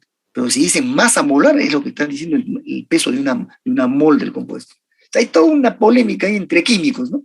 No nos hagamos problemas, nuestro concepto es peso molecular. Pero me refiero de que los compuestos que no son polímeros, o los llamados compuestos simples, tienen un valor de peso molecular. Pero aquí no va a ser así, ¿ya? Por eso, fíjense, ya voy adelantando, el peso molecular elevado es promedio. Pero el verdadero concepto está acá en el segundo punto. Por eso estos dos primeros puntos los vamos a tratar conjuntos. Dice que hay distribución de tamaños de cadena y de pesos moleculares. ¿Qué significa distribución? El concepto de distribución significa variedad en el valor de los tamaños y variedad en el valor de los pesos. ¿De dónde surge eso? Ese es parte del estudio, pues, del curso, ¿no? Después veremos ya todo lo que implica la aplicación de calor o el quitarle calor a un compuesto macromolecular. Va a haber transiciones, por eso se llaman las transiciones térmicas. Y esto desata un conjunto de aspectos y comportamientos que diferencian a los materiales. Y aquí va a salir la clasificación térmica, justamente. ¿Ven? Después vamos a ver el tema de la solvatación, que es otro problema cuando un polímero está en presencia de solvente, ¿no? Y después propiedades físicas, en general variadas, aspectos térmicos, eléctricos, de impermeabilidad, etc. Y el último punto, que es otro de los temas que caracteriza a los polímeros y que lo tienen solamente ellos, el comportamiento viscoelástico, o sea, lo que llamaban comúnmente el comportamiento no newtoniano. Y esto es de primer interés en la industria, porque es el dolor de cabeza normalmente para manipular estos compuestos. ¿Ya? Entonces acá hay un conjunto de aspectos que van a ver ustedes, al final van a decir, caray, cuántas cosas tienen este tipo de materiales, ¿no? Vamos a los dos primeros, a todo lo relacionado al peso molecular. Peso molecular promedio y la distribución de tamaño de cadena y de peso molecular. ¿Qué significa esto? Que en una macromolécula, en primer lugar, cuando yo fabrico un polímero, en una reacción de polimerización, yo obtengo, digamos una macromolécula, una macrocadena gigante. No me sale una. Igualito cuando ustedes sintetizan un compuesto simple, hacen, por ejemplo, etileno, el gas etileno, a partir de sus reactantes, y no les sale una molécula, les salen millones de moléculas, ¿no? Igualito. Aquí van a salir muchas moléculas. En este caso, muchas macromoléculas. ¿Ya? El problema no está ahí, porque si fueran así, simplemente podría medirles el peso. El problema es que salen de diferente tamaño. ¿Y por qué salen de diferente tamaño? O sea, tienen diferente longitud, cada cadena es de diferente longitud. ¿Por qué salen así? Ah, por el momento no lo puedo explicar, no lo puedo demostrar, porque eso se va a demostrar cuando estudiemos la reacción de polimerización. Pero sí, lo adelanto y digo, van a salir cadenas de diferente tamaño. Por eso se va a hablar de este concepto, ¿no? Que va a haber una distribución en los tamaños de cadena. Y como la cadena es un reflejo de lo que va a pesar el compuesto, porque si la cadena es mediana o chica, va a pesar un valor mediano o chico. Pero si la cadena es grande, va a pesar bastante. Pero como me sale de todo, me salen cadenas de diferente tamaño, ocurre que el peso molecular no es único. Van a salir variedades de pesos. Entonces, ¿cuál es el polímero? ¿Cuál es el peso del polímero? El polímero es todo. Yo he hecho el polímero y me ha salido ese mismo polímero en diferentes tamaños. La unidad repetitiva es la misma, pero en diferentes tamaños. ¿Cómo es posible eso? ¿No? Solo se entiende cuando uno vea el mecanismo de la síntesis. Bien fácil se demuestra eso, ¿ya? Pero acá simplemente lo presentamos. Entonces, acá está, aquí radica en este punto la principal y primera gran diferencia de las macromoléculas con las comoléculas simples, ¿ya? Las moléculas simples son los átomos, las moléculas sencillas, hasta los oligómeros. Los oligómeros son, por ejemplo, las parafinas, las ceras, que ya pesan un poco más de 1000, 1500, pueden llegar hasta 2000, no más. Ya que son las ceras grasas, las ceras y parafinas más grandes, de mayor peso. Pero un polímero pesa por lo menos de 3000 o 4000 para arriba. Y se va hasta los millones de pesos. Esa es la diferencia. Entonces, pero no solamente es el alto peso. El problema no es que sea el peso alto, sino el problema es que las cadenas son de diferente tamaño y los pesos son de diferentes valores. Entonces hay una variedad o una distribución. Entonces, ¿cómo caracterizo al polímero si este polímero me ha generado cadenas distintas, de distinto tamaño, con diferentes pesos? Puedo calcular un promedio. ¿Ven? Y voy a tener que definir un valor promedio de peso según cómo es esa distribución que tiene, esa variedad de tamaños. ¿Ya? Entonces, miren, ¿qué es lo que pasa acá? Vemos esta curvita conocida, que es la llamada curva de distribución de los pesos moleculares. Si yo hago la reacción de síntesis, digo, N veces un monómero me da la macromolécula, esa es la forma de representar de manera global la reacción. Pero si yo la muestro al detalle, ahí viene el problema. Porque me están diciendo que cuando se van encadenando los monómeros, van a ir formando cadenas, pero en diferente número. Porque si son de diferente tamaño, quiere decir que tienen diferente cantidad de unidades repetitivas enlazadas. Cuando son pocas, cadenas cortas. Cuando son medianas, cadenas medianas. Cuando son alto número las que se han encadenado, cadenas grandes. ¿Se dan cuenta? Entonces, eso es lo que genera la variedad en los tamaños de cadena.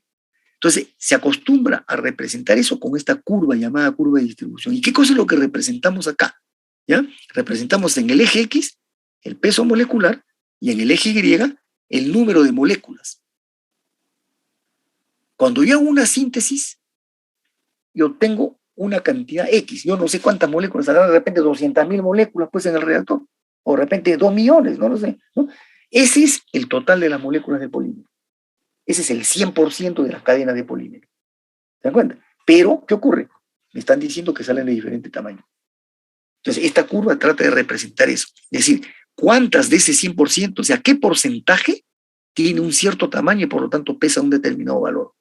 Entonces, yo agarro un punto cualquiera acá y digo, este valor de peso, que corresponde a un cierto tamaño, lo tiene este porcentaje del 100%. Entonces, yo tendría que ubicar acá arriba 100%, el valor que es el total de todas las cadenas de diferente tamaño.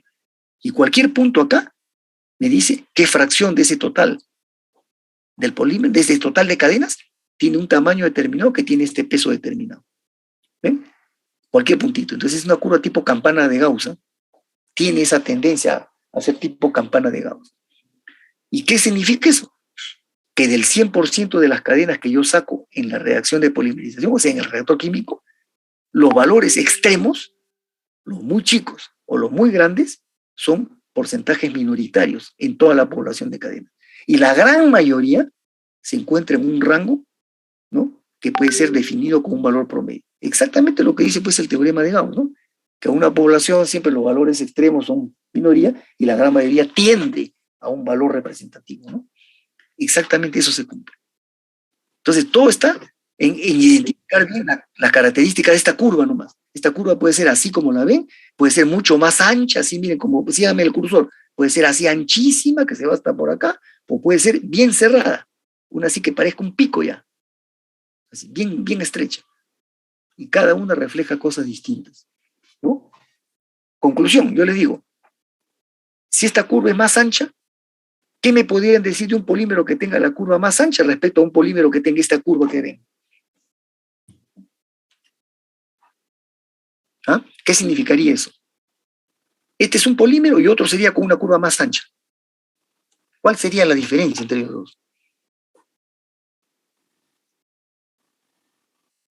Y aquí estamos hablando de un tema de fondo, ¿eh? De los polímeros. Mientras más ancha es, ¿qué significa? Que los extremos entre los valores pequeños y los más grandes son más grandes, ¿no? Entonces quiere decir que hay más variedad de tamaños de cadena. Mientras más estrecha es, esto se cierra más, quiere decir que hay poca variedad en los tamaños de cadena. Eso tiene una tremenda significación en el polímero, ¿ya? Ahora, aquí ven por el momento, dice peso molecular promedio en número y promedio en peso. Eso lo vamos a ver más adelante. Hay varias formas de representar esta gráfica, pero todas tienen en el fondo un significado. Representan cuántas cadenas que son de un cierto tamaño tienen un cierto peso. Y como el polímero significa todas esas cadenas de diferente tamaño, esta es la curva que representa al polímero, ¿ya? Y si yo aquí a esta curva, aplicándole algún valor estadístico, puedo representarla por un valor medio, eso es lo que aquí se llama el peso molecular promedio. Es un primer dato sobre el polímero, pero no es lo más relevante.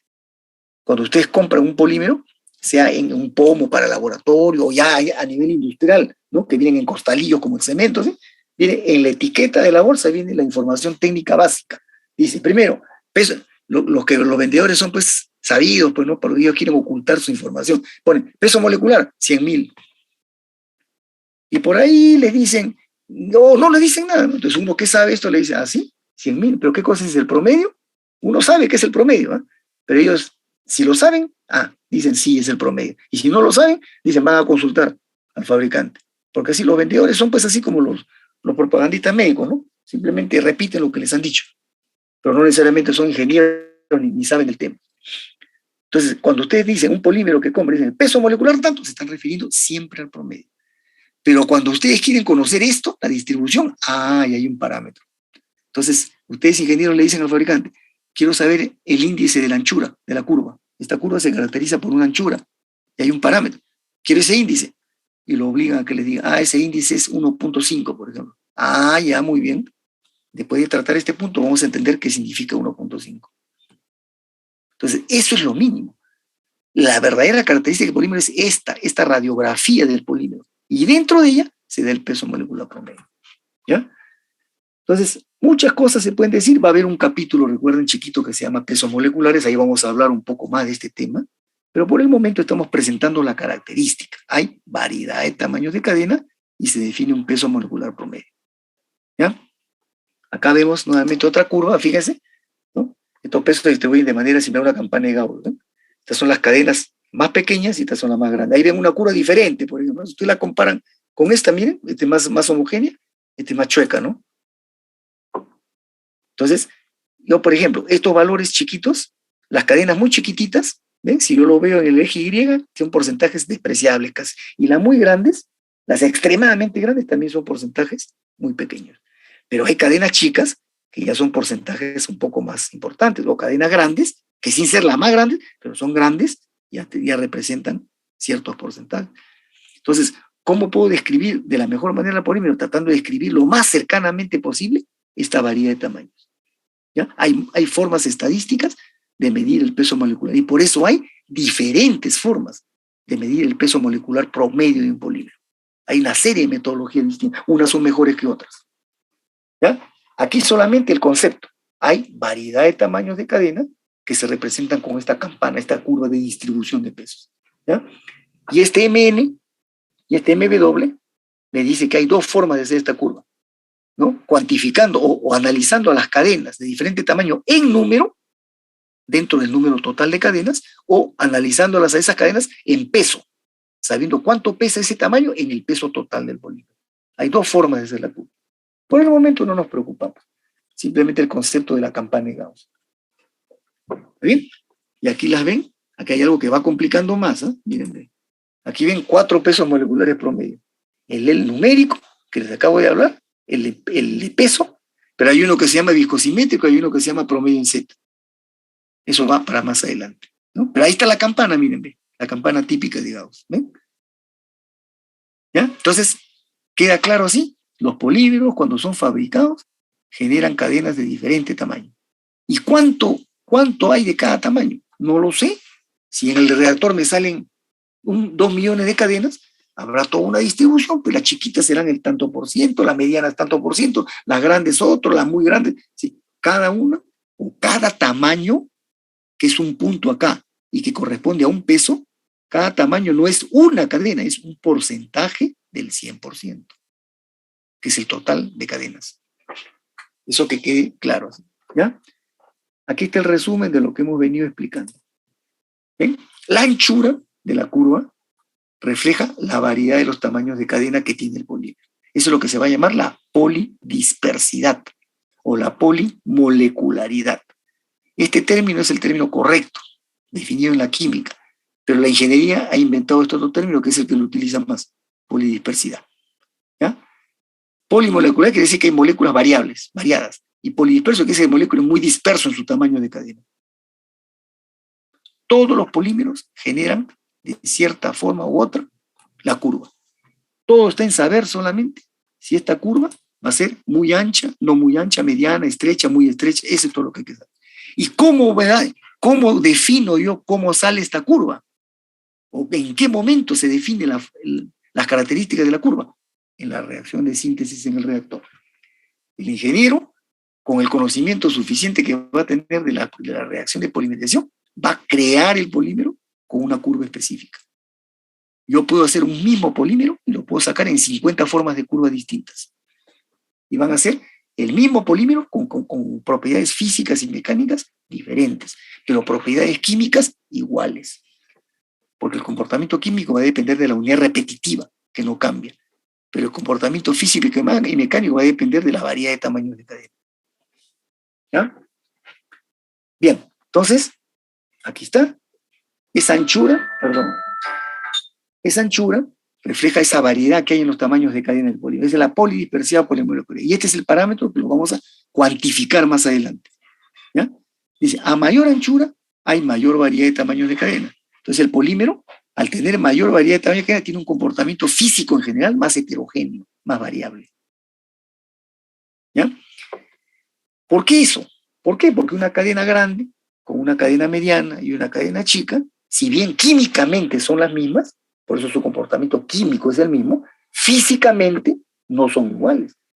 Porque las cadenas chicas, medianas y grandes, yo les pregunto a ustedes, ¿en qué difieren una cadena chica de una mediana y de una grande? ¿Cuál es la diferencia en el fondo? Me van a decir el tamaño, claro, es el tamaño, pero ¿a qué se debe que una sea de menor, otra de tamaño intermedio y otra de mayor tamaño? ¿A qué se debe?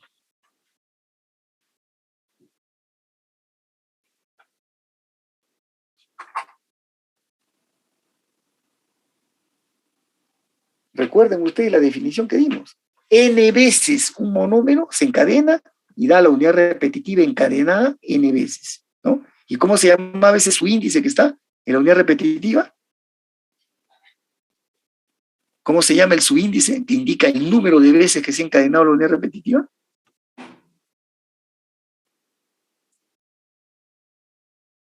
Tienen que acordarse, lo acabamos de ver. En la estructura de un polímero siempre hay un subíndice, al lado derecho abajo, que Grado de representa polimerización. el grado de polimerización. Exactamente. Ese es el parámetro clave. Ocurre que cuando yo hago el polímero me van a salir cadenas de diferente tamaño. Entonces, ¿cuál es la diferencia entre los tamaños? El grado de polimerización, pues. Quiere decir que las cadenas chicas han polimerizado pocas cadenas, pocos monómeros, o pocas unidades repetitivas. En una mediana, una cantidad mediana. Y en una grande han encadenado una gran cantidad de unidades repetitivas. La pregunta que todavía no contestamos es ¿por qué ocurre eso? ¿No? Pero el hecho es que ocurre así. Entonces la diferencia entre la variedad de tamaño de las cadenas es que tienen variedad en los grados de polimerización. Entonces acá hay una secuencia de cosas. ¿Cuál es el tema de fondo cuando yo hablaba de la curva acá? que las cadenas salen de diferente tamaño. Si son de diferente tamaño, quiere decir que tienen diferente grado de polimerización. O sea, quiere decir que tienen diferente número de veces en que se ha unido la unidad repetitiva. ¿Ven? Ese es el tema de fondo. ¿Y cuál es la consecuencia? Que terminan teniendo pesos moleculares diferentes.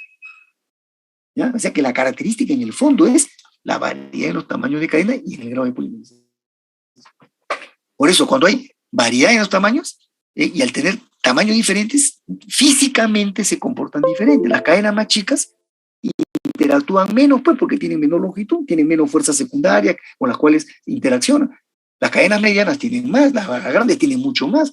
Entonces, cuando yo lo someto, por ejemplo, a un calentamiento al polímero, sabiendo que hay cadenas de diferente tamaño, ¿quiénes son las primeras que se sueltan, las que rompen sus fuerzas secundarias? ¿Quiénes son las primeras? ¿Las más grandes o las más chicas?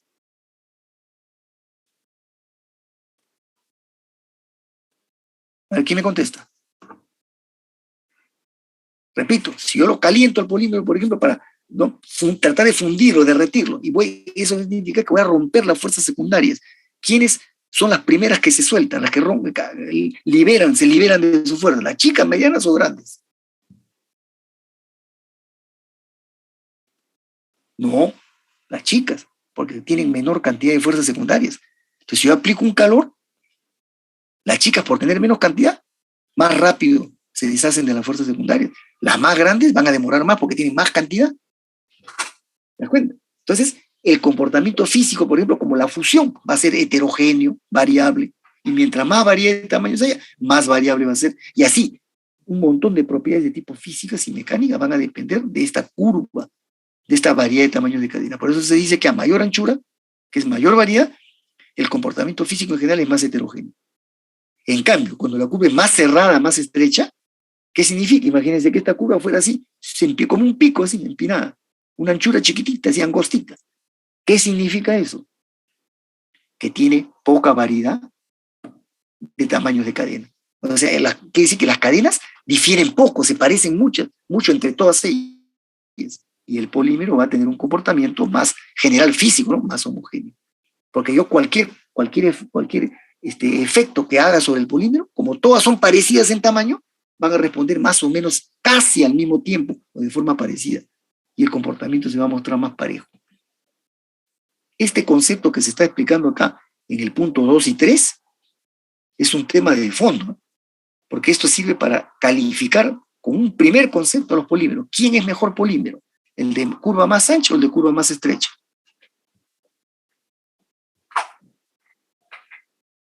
¿Qué dicen ustedes?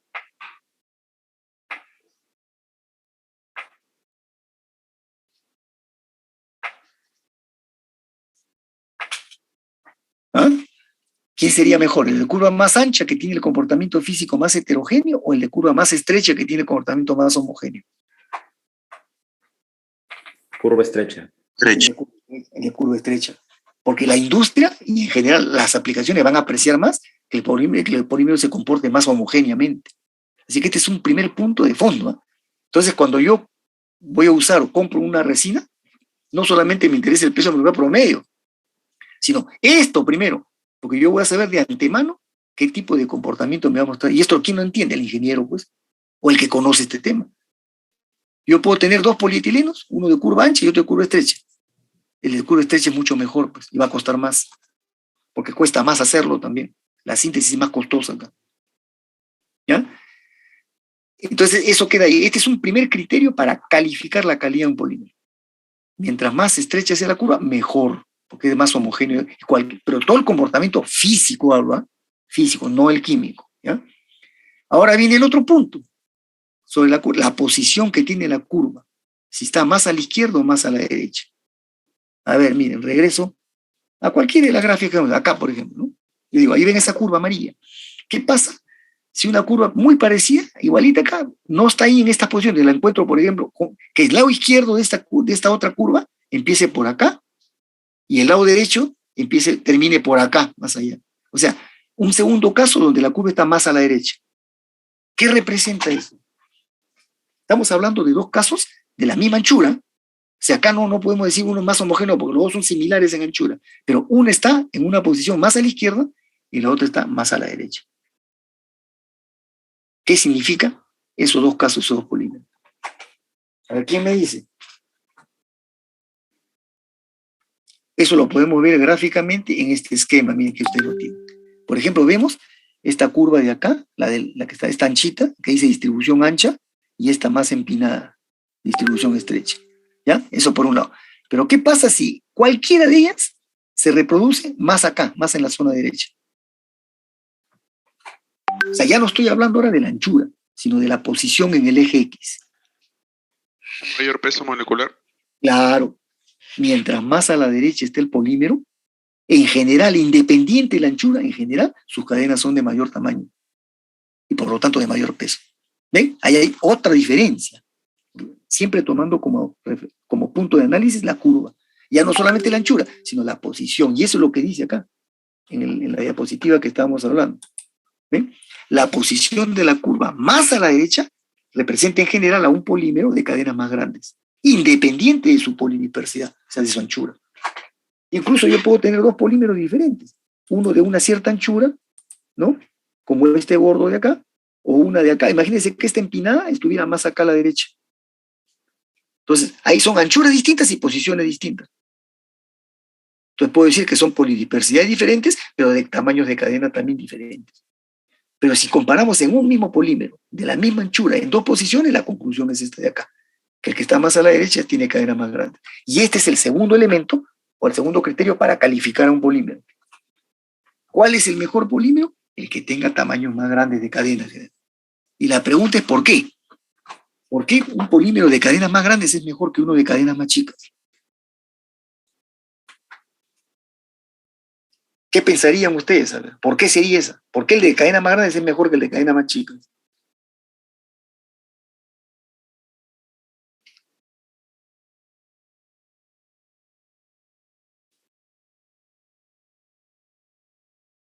A mayor longitud, ¿qué significa? Hemos dicho hace un ratito, decís la pregunta. Mayor estabilidad.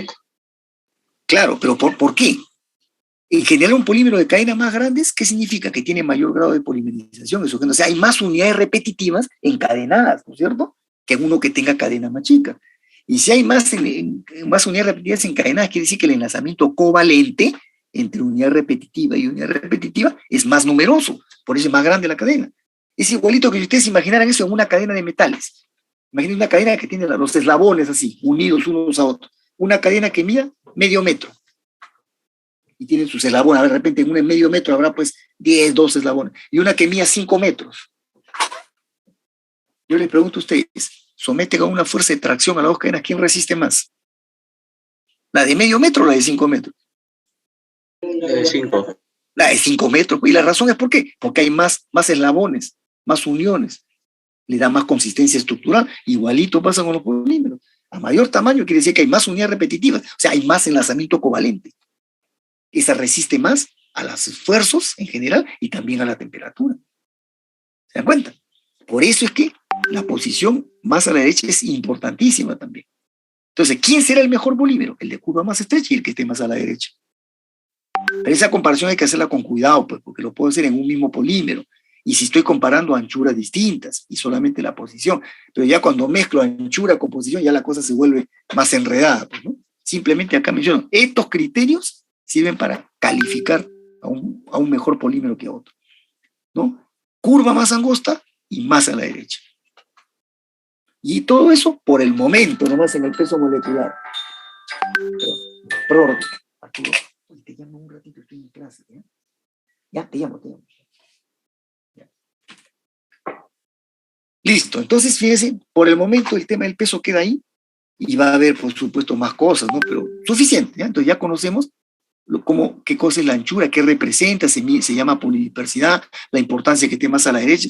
Y yo puedo tener entonces, por decirles, puedo haber fabricado 3 polipropilenos de anchuras distintas y van a tener comportamientos físicos en general diferentes. No, tampoco no tan diferentes, pero no van a ser iguales. ¿Se dan cuenta? Y si tengo esos 3 polietilenos o hago otros 3 polietilenos que tienen unos están más a la derecha que otros, el que está más a la derecha es el que mejor comportamiento mecánico y físico en general va a tener porque son cadenas más grandes. ¿Se dan cuenta? Ese es el concepto puro así de la ciencia y de la ingeniería. Pero otra cosa es lo que la industria hace en la práctica. Porque la industria no solamente ve la cuestión de la ciencia y la ingeniería, sino ve la cuestión monetaria, la cuestión comercial y qué cosa le da más plata, ¿no? Entonces, a ellos no les interesa si el polímero es mejor que otro, lo que importa es quién se vende más, ¿no? ¿Y quién va a vender más? El que encuentre más usuarios, el que fabrica el producto está pensando, yo posiciono un producto en el mercado y mientras más variedad de público me lo compre, mejor, pues, porque es más exitoso, más ganancias. Entonces, eso no necesariamente va de la mano con que sea el mejor polímero. Porque a veces un polímero más heterogéneo, de peor comportamiento porque tiene curva más ancha, ese sí tiene aplicaciones más simples, más variadas y a la gente le gusta más. Y es más exitoso en lo comercial, nada más hablo. Y en cambio un polímero de curva angosta, estrecha, que tiene buen comportamiento mecánico, es más caro, entonces no lo compran tanto. Así que una cosa es lo bueno, lo mejor, y otra cosa es, ¿no?, la cuestión comercial, ¿ya? El concepto de bueno, malo, de mejor y peor, el aspecto comercial lo vuelve relativo, ¿sí? Pero siempre pensando como técnico, como ingeniero, pensando en la cuestión calidad-precio, siempre tenemos que pensar que primero va la calidad y después busquemos el mejor precio. Y la mejor calidad acá es el de curva más estrecha y el que está más a la derecha. Así de simple, ¿ya? Bien, entonces, con eso cerramos. Miren, acá hay un caso que lo comento, que dice curva bimodal. Este es un caso raro. En unas polimerizaciones hay una curva así. Son casos especiales ya, pero normalmente la curva es de una sola forma, ¿ya? Ancha, angosta, puede ser incluso media chueca, como lo hemos visto acá, ¿no? Media chueca, media inclinada, o como estaba acá, ¿ven? Inclinada, media inclinada, pero siempre la tendencia a ser media gaussiana. ¿Por qué? Porque esa forma de campana refleja variedad de pesos en las diferentes cadenas. ¿Y qué significa la variedad de pesos? Variedad de tamaños. Ese es el fondo del tema, ¿ya? Bien, vamos a iniciar este segundo punto hasta donde me dé el tiempo del día de hoy, ¿no? Porque este es un tema extenso, pero me va dando más conceptos, ¿no? Miren, entonces yo les pregunto, he cerrado el primer punto de pesos, ¿no? Solamente una primera parte. Anchura de curva y posición a la derecha, ¿ya? Les pregunto, ¿eso existe en los metales, en las cerámicas inorgánicas, o en los productos inorgánicos, en las maderas? No. Bueno, la madera es celulosa natural, la celulosa es un polímero. La naturaleza también nos complica y también si yo analizo la celulosa del tronco de un árbol, voy a encontrar que hay variedad de tamaños también. Si es que es la celulosa del árbol, ¿ya? Porque es un polímero natural y como todo polímero tiene, pues, lo que pasa es que esa celulosa natural no va a tener tanta variedad de tamaños. La curva va a ser más estrecha, ¿ya? Pero hay curva. Pero en los metales y los otros materiales, otros tipos de materiales, no hay esto. El metal tiene un peso específico. Por ejemplo, el cobre pesa 453, tanto, punto y tanto. Otro metal pesa tanto. Tienen pesos específicos. ¿Por qué? Porque todas sus moléculas son idénticas. Aquí, las cadenas no son idénticas, son de diferente tamaño. Y por lo tanto, ya va quedando un término que ya tienen que ir metiéndoselo a la cabeza. El concepto de molécula en un polímero. Para un polímero, molécula viene a ser el equivalente a cadena. Como son cadenas distintas, de diferente tamaño, ¿qué concluimos? Que los polímeros tienen sus moléculas de diferente tamaño. Pero muy poco hay la tendencia a hablar en función de la palabra molécula. Se habla mejor como cadena, para evitar esa confusión, ¿no?, con los compuestos que no son polímeros, ¿no? Porque uno escucha molécula, le suena algo igual, pues las moléculas de un compuesto son idénticas. Entonces ahora decirles no son idénticas, es un poco chocante, ¿eh? Mejor hablar de cadenas en un polímero, ¿ya? Bien. Siguiente punto, entonces, las transiciones térmicas, ¿ya? Y ahí tienen este grafiquito que tiene un montón de sustancias, bastante contenido tiene este gráfico, porque se identifican varias informaciones acá. Entonces, miren, acá representamos con la línea horizontal que está inferior acá, esa es la escala de temperaturas, como pueden ver ustedes, ¿no? Esta línea negra que está acá abajo es la escala. O sea, eso me va a permitir ver qué pasa si voy subiendo la temperatura o la voy bajando, ¿no? Y la terminología, estos términos que hay, está acá puesta en la siguiente diapositiva, ¿ya? T sub A es la temperatura ambiental. TM vamos a definirla como la temperatura de fusión, ¿ya? Esto viene del inglés, de la palabra melting. Melting significa fundirse, derretirse. Pero muchos autores le ponen una F acá, TF, temperatura de fusión, ¿ya? Y después vamos a ver por qué es el último valor del rango, ¿ya? TDEC o TD simplemente, otros dicen la temperatura de degradación. Y más adelante vamos a ver la TG, la TY, la temperatura de estado vítreo o de transición vítrea, ¿ya?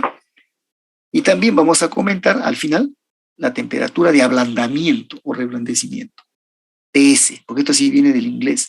S significa softening, ablandamiento, reblandecimiento, ¿ya? Entonces, esta es la terminología, y eso es lo que están viendo ustedes aquí, ¿ya?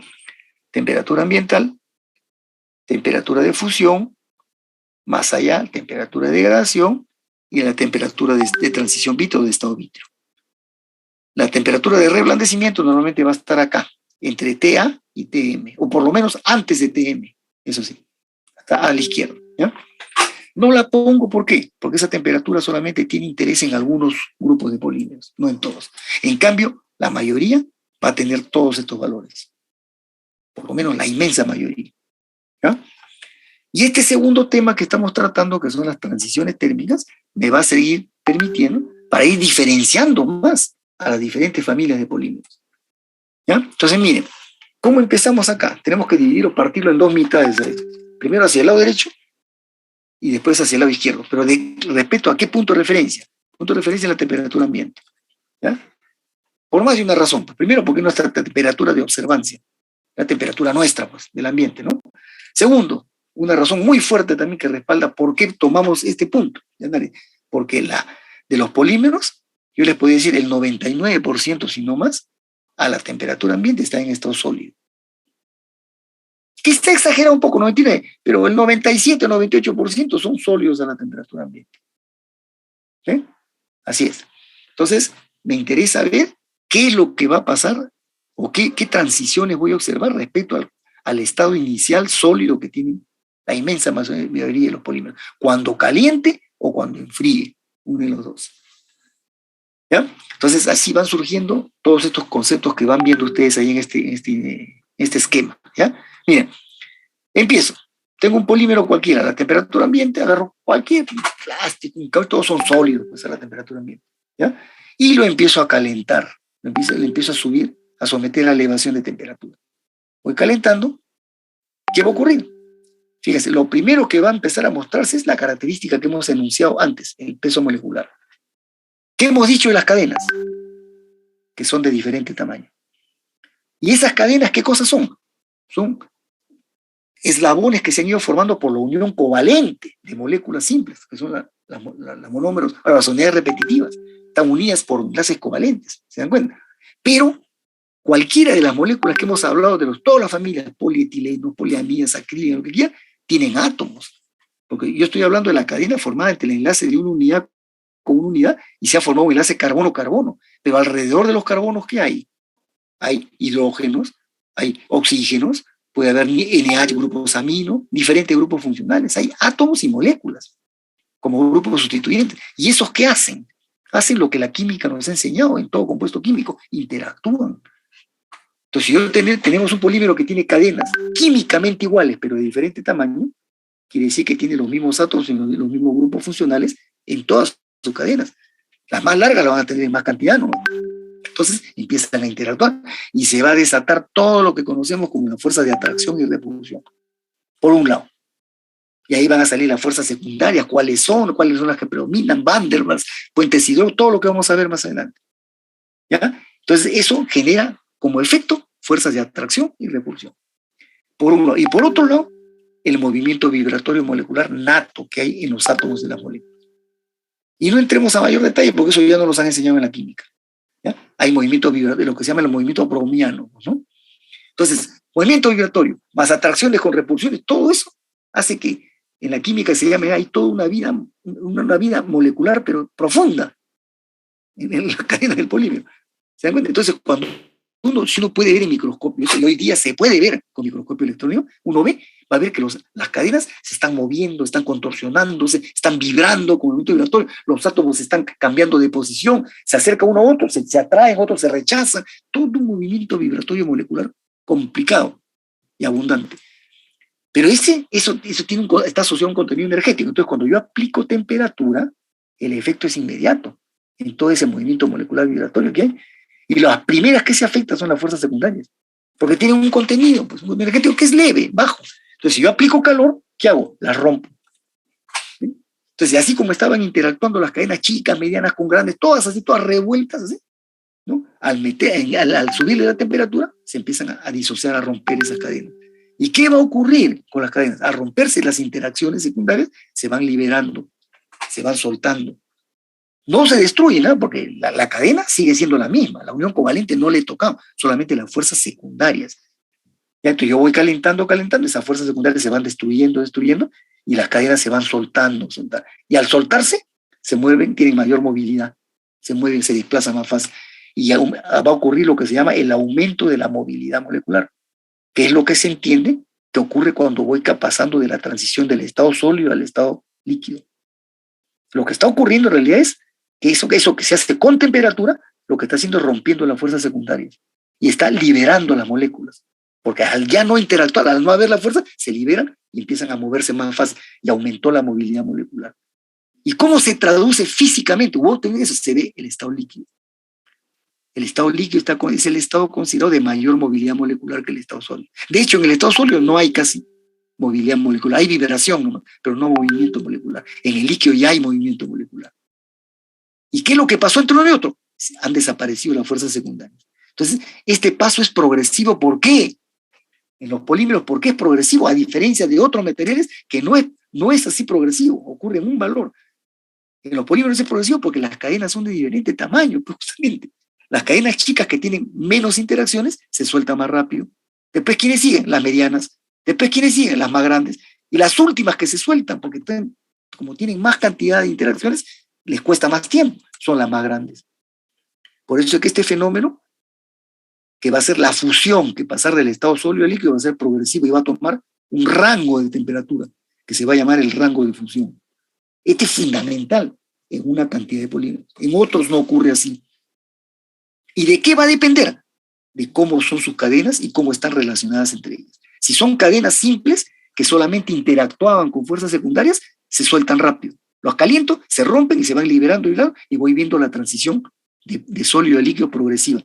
Y lo que voy viendo con mis ojos va a ser que el polímero que estaba sólido al principio se va ablandando, se va retorciendo, y aparece en fase líquida. Y esa fase líquida, a medida que sigue avanzando la temperatura, va aumentando, va aumentando. Pero en todo este rango lo que voy a tener es una fase mixta, sólido-líquido. Cuando termine de soltar a las últimas cadenas, que son las más grandes, en este punto puedo decir, estoy en estado líquido completo. Ha empezado el estado líquido puro.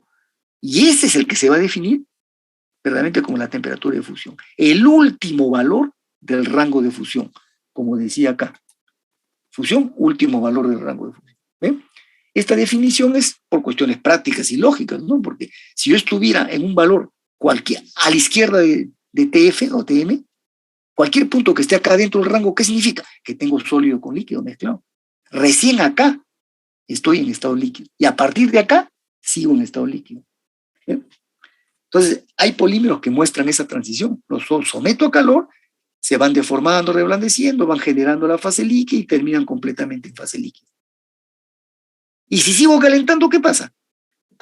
¿No? Ya, como el nivel de temperatura va aumentando, y ya me voy acercando ahora al contenido energético del enlazamiento covalente. O sea, entre unidad repetitiva, y si me acerco peligrosamente, ya empiezo a poner en peligro a la unión covalente de las unidades repetitivas. Y si llego a un valor más alto, la voy a romper.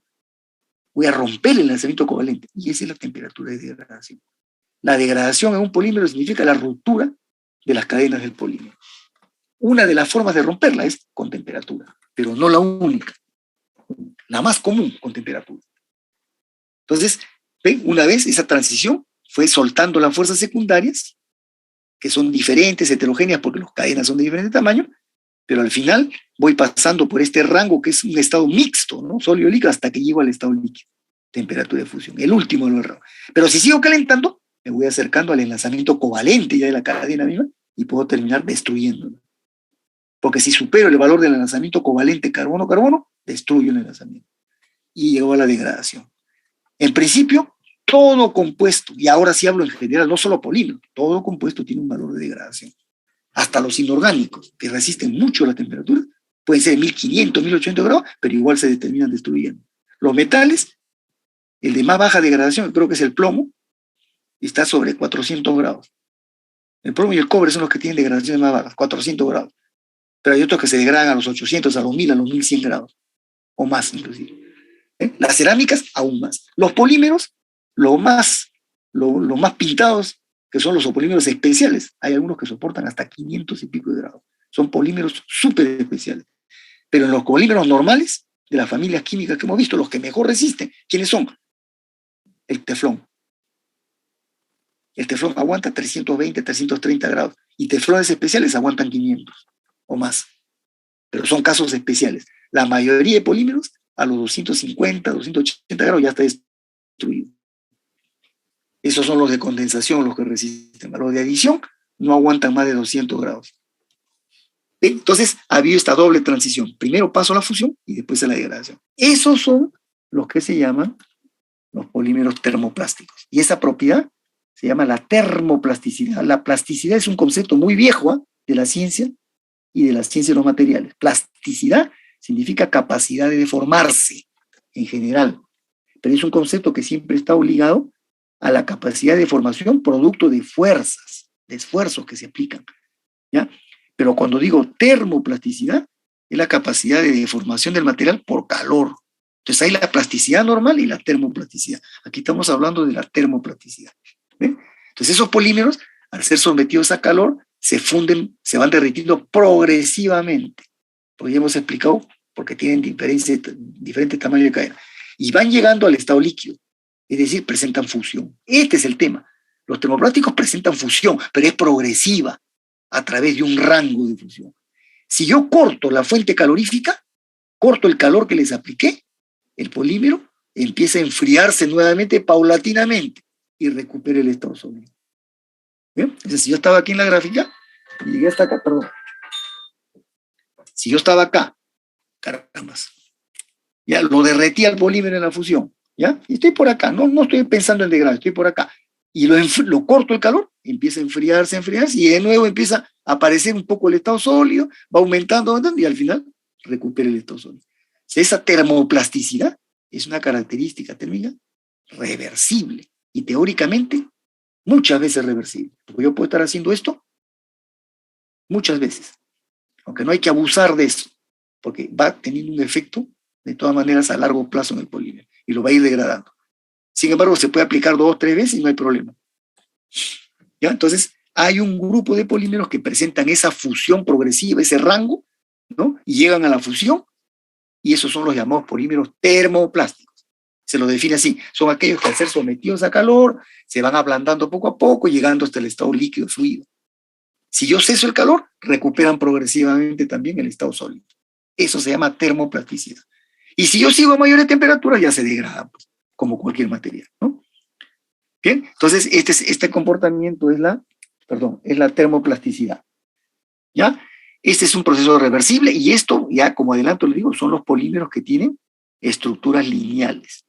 Y esto significa que están conformados por cadenas lineales. ¿Ya? Esto ahí nomás lo dejo porque cuando hablemos de las estructuras voy a volver a tocar el tema. ¿Ya?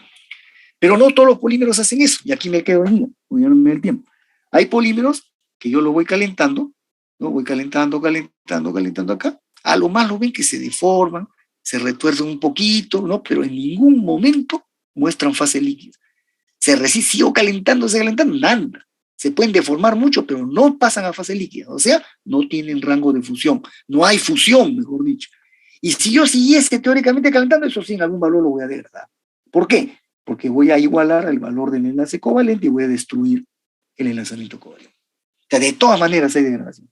Pero esos polímeros que no tienen esa fusión, o sea, no son termoplásticos, ¿eh? Porque no se deforman ni se fluidizan con calor, pero sí se degradan.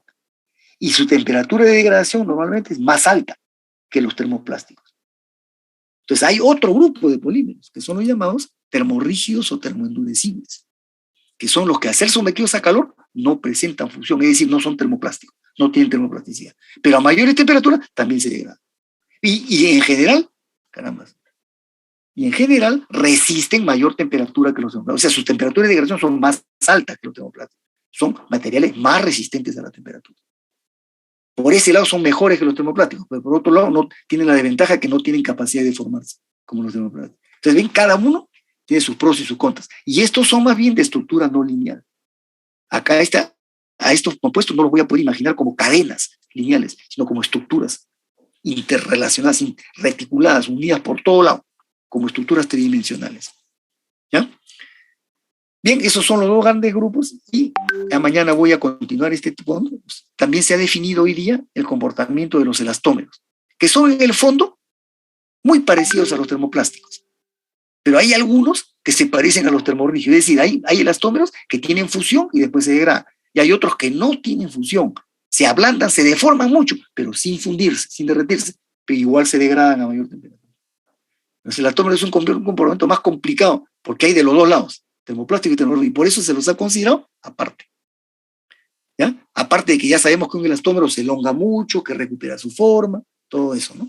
Entonces, térmicamente, conocemos tres tipos de comportamientos: los termoplásticos, los termorrígidos o termoendurecibles y los elastómeros. Y mañana voy a hablar un poquito más de los termoestables. ¿Ya? Ahí me quedo el día de hoy. ¿Preguntas? Voy a pasar la asistencia rápida. Ya ustedes tienen el archivo, vayan leyendo todo lo que viene para la clase también. ¿Ya? ¿No hay preguntas? Ya. Cierro el archivo entonces y paso a la asistencia. ¿Ya? Aquí veo que hay chats. A ver.